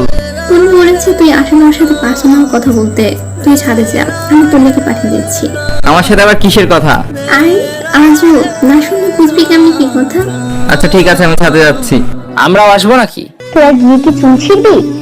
যা গিয়ে দেখ বাবুজি ঠিক মতো কাজ করছে কিনা, নইলে গিয়ে পেঁয়াজ রসুন খোসা ওঠা। কুত্তি তুই যা, আমাকে কেন বলছিস? ওদের কথা শুনে আমি হাসতে হাসতে ছাদে গেলাম। অনেকক্ষণ ধরে বসে আছি, তন্নি আসছে না। এই তো আসছে, বাহ, আজকে ওকে একদম অন্যরকম লাগছে। আবারও ক্রাশ খেলাম। এই আমি কারে বিয়ে করতেছি ভাবতেই কাতুকুতু লাগছে। তন্নি এমনিতে অনেক সুন্দর, তার উপর আজকে বিয়ের সাজ সেরেছে। পরনে শাড়ি দেখে মাথা নষ্ট লাগছে। ওর দিকে কতক্ষণ তাকিয়েছিলাম মনে নেই। ওর ধাক্কা খেয়ে বাস্তবে ফিরে আসি। কি রে, কি দেখছিস? কিছু না, বল কি বলবি? আমার বাসায় যেতে হবে। তুই কি কিছুই বুঝিস না? কি বুঝতাম আমি? আমি সত্যি অনেক ভালোবাসি, বিশ্বাস কর। এখন এগুলো বলে লাভ নাই, কালকে তোর বিয়ে। চল আমরা এখনই পালিয়ে যাই। কি তুই পাগল নাকি? পাগল হয়ে গেছি। দেখ, পাগলামি করিস না, লোকে দেখলে সমস্যা হবে। দেখুক, তাতে আমার কি? আমি সত্যিই তোকে ভালোবাসি, পারবো না আমি থাকতে। এ কথা বলে আমাকে জড়িয়ে ধরে। আমি তো পড়ে গেলাম মহা বিপদে। আমারও ভালো লাগতেছে ওকে জড়িয়ে ধরা দেখে, কিন্তু একটু ভাব নিলাম, একটু দূরে সরিয়ে দিলাম, কারণ কালকে থেকে তো সব সময় ধরে রাখতে পারবো। ভাব নিয়ে ওরে বললাম, তো লজ্জা করে না বিয়ের আগে অন্য একটা ছেলেকে? ছি, তোর কি বিশ্বাস হয় না? আরে ধুর, এগুলা কি বিশ্বাস করবো? এগুলা হচ্ছে তো ন্যাকামি। তো ন্যাকামি না করলেই ভালো হবে। আমি নিচে যাচ্ছি, তুই এই চোখ মুখ ঠিক করে নিচে আয়। বাহ, ফকিন্নি আসলে আমাকে ভালোবাসে। এবার বুঝো জুয়েল কি জিনিস। অনেক তো জ্বালাইছিলা আমারে, দেখো এখন কেমন লাগে। আমি নিচে চলে গেলাম। সানিয়া আয়মান ইশারায় আমাকে জিজ্ঞেস করলো কি বলেছে। আমি পরে বলবো বলে ইশারা দিলাম। একটু পর তন্নিও চলে আসলো। গায়ে হলুদ দেওয়া শুরু হলো। ওকে রাগানোর জন্য আমি সবার আগে স্টেজে উঠলাম। উঠে অনেকগুলা হলুদ নিয়ে ওর মুখে মাখিয়ে দিলাম। রেগে পুরো লাল হয়ে গেছে। এদিকে সানিয়া আর আয়মান তালি দেওয়া শুরু করলো। ওদের দেখে অন্যরাও দেওয়া শুরু করলো। তারপর মিষ্টি খাইয়ে দিল। দিয়ে কিছু ছবি তুলে আমি চলে আসলাম। তন্নির চোখে স্পষ্ট পানি দেখতে পেলাম। তারপর সানি, আয়মান, সাদিয়া, ফারিয়া সবাই, আমি ওদের বললাম তাড়াতাড়ি রেডি হতে। আচ্ছা তুমি কি করে যাই? মাথা খারাপ, ওরে বললে যেতে দিবে না। যদি আমাদের খোঁজে? খুঁজবে না। সবাই হলুদ লাগাতে লাগাতে 4টা বাজবে। তারপর ঘুমিয়ে যাবে। তন্নি ভাববে আমরাও ঘুমিয়ে গেছি। এখন তাড়াতাড়ি চল, আব্বা কল দিচ্ছে। আমরা কেমনে যাব? বাইরে সিএনজি আছে, আমি তুই আর ফারিয়া সিএনজিতে যাব, সানি আর জুয়েল বাইরে যাবে। ওকে চল। তারপর আমাদের বাসায় চলে আসলাম। বাবা অনেকগুলা ঝাড়ি দিল। সেগুলা হজম করে আমি গিয়ে রেডি হয়ে স্টেজে গিয়ে বসলাম। তারপর শুরু হলো আমার উপর তৃতীয় বিশ্বযুদ্ধ। একে একে সবাই গায়ে হলুদ দিল। ফটোশুট এটা সেটা করতে করতে 5টা বেজে গেল। তারপর গিয়ে ঘুমিয়ে গেলাম। 11টায় ঘুম থেকে উঠলাম। উঠে গোসল করে প্যান্ট শার্ট পরে রেডি হয়ে গেলাম। আম্মা এসে বলল, কি রে, পাঞ্জাবি শেরওয়ানি না গায়ে দিয়ে এটা কি দিলি? আরে এগুলা গাড়িতে থাকবে, এগুলা গায়ে দিয়ে তন্নিদের বাসায় গেলে সে সব বুঝে যাবে। তোমরা সবাই চলে আসবে, শেরওয়ানি গাড়িতে থাকবে। আমরা গেলাম। এটা কেমন কথা? আর কোনো কথা না বলে আমি, সানি, আয়মান, সাদিয়া, ফারিয়া বেরিয়ে গেলাম। একটু পর তন্নিদের বাসায় গেলাম। দেখলাম তন্নির রুমে অনেক ভিড়, মনে হচ্ছে ওকে সাজাচ্ছে। আমি, সানি, আয়মান বাইরে ঘুরছি। সাদিয়া আর ফারিয়া ভেতরে গেল। লোকজন এসে খাওয়া দাওয়া শুরু করে দিল। এই আমার খিদা লাগছে, এই জুয়েল আয় খেয়ে নেই। পাগল নাকি? আমাকে পরে খাওয়ানো হবে। আরে বেটা, পরে লজ্জা খেতে পারবি না, এখন অল্প করে খেয়ে নে। তারপর আয়মান আর সানির দুজনে টানাটানিতে খেতে বসলাম। তখন প্রায় 1টা বাজে। আমরা খাচ্ছি, এমন সময় দেখলাম ফারিয়া দৌড় দিয়ে আমাদের কাছে আসলো। এসে আমার কানে যা বললো তা শুনে আমার পায়ের নিচ থেকে মাটি সরে যেতে লাগলো। ফারিয়া বলল, তুমি নাকি সুইসাইড করেছে, অনেকগুলো মেডিসিন একসাথে খেয়ে ফেলেছে। তাড়াতাড়ি ওকে কোলে নিয়ে হাসপাতালে নিয়ে গিয়ে ইমার্জেন্সিতে পাঠিয়ে দিলাম। চোখ দিয়ে পানি ঝরতে লাগলো। ওকে সারপ্রাইজ দিতে গিয়ে নিজে এত বড় সারপ্রাইজ পেয়ে যাবো কল্পনাই করিনি কখনো। সানিয়া, আইমান, ফারিয়া সবাই আছে। তন্নির আম্মু অজ্ঞান হয়ে গেছে। একটু পর ভেতর থেকে একটা ডাক্তার আসলো। আমি তাড়াতাড়ি ওনার কাছে গেলাম। আপনার কে হয়? জি, আমার ওয়াইফ। এখন কেমন আছে? এখন চিন্তামুক্ত, ঠিক সময়ে নিয়ে এসেছে, স্যালাইন লাগিয়ে দিয়েছি, আপনারা চাইলে ভিতরে যেতে পারেন। ধন্যবাদ ডাক্তার সাহেব। ভেতরে গেলাম। তন্নি ঘুমিয়ে আছে। দেখে মনে হচ্ছে একটা নিষ্পাপ ফুটন্ত ফুল ঘুমিয়ে আছে। আমি ওর পাশে বসে মাথায় হাত বুলাইতে লাগলাম। সানি, আইমান, সাদিয়া, ফারিয়া সবাই ছিল। অনেকক্ষণ পর তন্নির জ্ঞান আসলো। ওর চোখ খোলা দেখে আনন্দে চোখে পানি চলে আসলো। এমন করলি কেন? তুই জানিস তোর কিছু হয়ে গেলে আমি নিজেও ঠিক থাকতে পারতাম না। বাঁচাইলি কেন আমাকে? আমি তো তোর কেউ না। আমার জামাইকে বল আসতে। আর হারামি, ওই তোর জামাই। মানে মানে ওর সাথেই তোর বিয়ে ঠিক হয়েছিল? কি বলিস এসব? সত্যি বলেছে। তুই একবার বিয়ের কার্ডটা দেখেছিস? সেখানে তোর আর কার নাম লেখা? তোর কথার আগা মাথা আমি কিছুই বুঝতে পারছি না। পুরো ঘটনা বললাম ওকে। তো আমাকে কিছু বলিসনি কেন? সারপ্রাইজ দিতে চেয়েছিলাম। যা হারামি, থাক তুই তোর সারপ্রাইজ নিয়ে। এখানে আসলি কেন? তোদের সাথে কথা নাই। আরে পাগলি, রাগ করিস কেন? জুয়েল্লা, তুই অনেক বড় মাপের হারামি রে। সেটা জেনেও তো প্রেমে পড়ে গেছিস। সত্যি তোকে ছাড়া থাকতে পারবো না রে। এটা বলে জড়িয়ে ধরলো। আমিও কিছু বলিনি। হয় এগুলো বাসর হয়ে গিয়ে করিস, আমার গা জ্বলে। এই মেহমানরা কিছু জানে? ওদের বলেছি তুই হঠাৎ সেন্সলেস হয়ে গেছিস। চল বাসায় চলে যাই। তুই আরো সুস্থ হ তারপর। আরে ধুর, আমি ভালো আছি, চল তো। তন্নির বাবা মা এবং আমার বাবা মা গাড়ি নিয়ে আসছিল। এমন সময় তন্নির বাইরে বেরিয়ে এসে দেখে ওনারা এসে জড়িয়ে ধরলো। তারপর তন্নিদের বাসায় চলে গেলাম। বিয়ের সবগুলো কাজ শেষ হলো, কবুল টবুল বলা শেষ। ওরে গাড়িতে করে বাসায় নিয়ে গেলাম। গাড়িতে ও আমার একটা হাত ধরে বসেছিল। এখন রাত 12টা। আমি, সানি আর আইমান বাসার ছাদে বসে বসে আড্ডা দিচ্ছি। এমন সময় আম্মু আসলো। কি তুই এখন এখানে? মেয়েটা কখন থেকে বসে আছে? ভালো তো, সে অনেক অসুস্থ। যাচ্ছি, তুমি যাও। আম্মু চলে গেল। আচ্ছা তোরা ঘুমিয়ে যা, অনেক রাত হয়েছে। আজকে কিছু করিস না, ও অসুস্থ। হারামজাদা। দোস্ত তুই যা, আল্লাহ হাফেজ। দেখে শুনে সবকিছু করিস। শালারা দুইজনেই সুন্দর করে বাঁশ দিয়ে দিল। আমি এখন আমার রুমের সামনে দাঁড়িয়ে আছি। নিজের রুমে যেতে নিজেরই লজ্জা লাগছে। ধুর, এত লজ্জা দিয়ে কাজ হবে না। যাই ভেতরে যাই। ভেতরে গিয়ে দরজাটা লাগিয়ে দিলাম। আমি তাকিয়ে দেখি তন্নি একটা লম্বা ঘুমটা দিয়ে বসে আছে। আমি সামনে গেলাম। আমার ধারণা অন্যদের মতো তন্নিও সালাম করতে আসবে আর আমিও ওকে ধরে ফেলবো, কিন্তু সেটা আর হলো না। তন্নি একটা টান দিয়ে ওর ঘোমটাটা খুলে খাট থেকে নেমে শাড়িটাকে কোমরের মধ্যে গুছিয়ে বলতে লাগলো, এই হারামি, কুত্তা, বিলাই, এতক্ষণ কইছিলি? জানিস না আমি ভয় পাই? এই সরি রে, ওদের সাথে আড্ডা দিতে দিতে কখন যে সময় চলে গেছে টেরও পাইনি। বাহ, ঘরে বউ রেখে উনি বাইরে আড্ডা দিচ্ছে। দাঁড়া, তোকে দেখাচ্ছি মজা। প্লিজ রাগ করিস না, এবারের মতো মাফ করে দে। দিতে পারি, একটা শর্তে। কি? আমাকে একটা গান শোনা। তোর আমি পারি না। কি বললি? এই না, শোনাচ্ছি, তোকেও শোনাতে হবে। দেখা যাবে, আগে তুই শুরু কর। তুমি দিও না গো বাসর ঘরের বাতিনি ভাইয়া। আমি তারপর আর বলতে দিল না। এই হারামি, এটা কোনো গান হলো? সুন্দর গান গা। দূর, আমি পারি না, তুই একটা শোনা। তারপর তন্নিও মিষ্টি কণ্ঠে একটা তাহসানের বন্ধু হও যদি এই গানটা শোনালো। আমি তালি দিলাম। আয় একটু নাচি। পাগল নাকি? আমি পারি না, তুই নাচ। আরে পারবি, হালকা একটা গানে নাচবো, আয়। তারপর উল্টা পাল্টা কিছুক্ষণ নাচলাম। কি নাচলাম নিজেও জানি না। চল ছাদে যাবো, চাঁদ দেখবো। ওকে চল। এই ওভাবে না, আমাকে কোলে করে নিয়ে চল। কি আর করা, আটার বস্তাটাকে কোলে নিয়ে ছাদে গেলাম। আল্লাহ, তোর এত ওজন। একদিনে এই অবস্থা, বাকি সময় তো রয়ে গেছে। মানে? তনি আর কিছু বললো না। দুজনে ছাদের এক কোণে গিয়ে বসলাম। সে আমার কাঁধে মাথা দিয়ে চাঁদ দেখতে লাগলো, সাথে নানান রকম কথার ফুলঝুরি ফোটাতে লাগলো। তারপর আবারও ওকে কোলে নিয়ে রুমে আসলাম। এই শোন, আজ থেকে তুই টুকারি করে বলবি না, তুমি করে বলবি। ধুর, আমি পারবো না। পারবি না মানে? কেউ যদি শোনে মান ইজ্জত সব যাবে। আচ্ছা যা, সবার সামনে তুমি করে বলবো, আর এমনিতে কিন্তু তুই করে বলবো। এই শোনো, বল। আমার ছোটবেলা থেকেই স্বপ্ন ছিল আমার টুইন বেবি হবে। হাঁচানি? তাহলে তো আমাকে ডাবল পরিশ্রম করতে হবে। মানে? একটার জন্য যেই কাজ করা লাগে দুইটার জন্য তার ডাবল করা লাগবে না?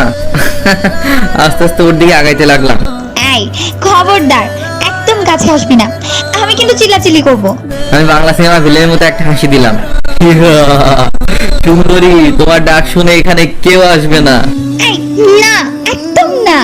আমি ওর আর কোনো কথা না শুনে হাত ধরে একটা টান দিলাম, তারপর হারিয়ে গেলাম অন্য এক পৃথিবীতে। আপনারা এখনো বসে আছেন কেন? আর কত ভাই, অনেক কিছু তো দেখলেন, এবার নিজেদের টুইন বেবির জন্য কার্যক্রম শুরু করে দিন। আর আমাদের পরবর্তী গল্পের জন্য অপেক্ষা করুন। ধন্যবাদ সবাইকে।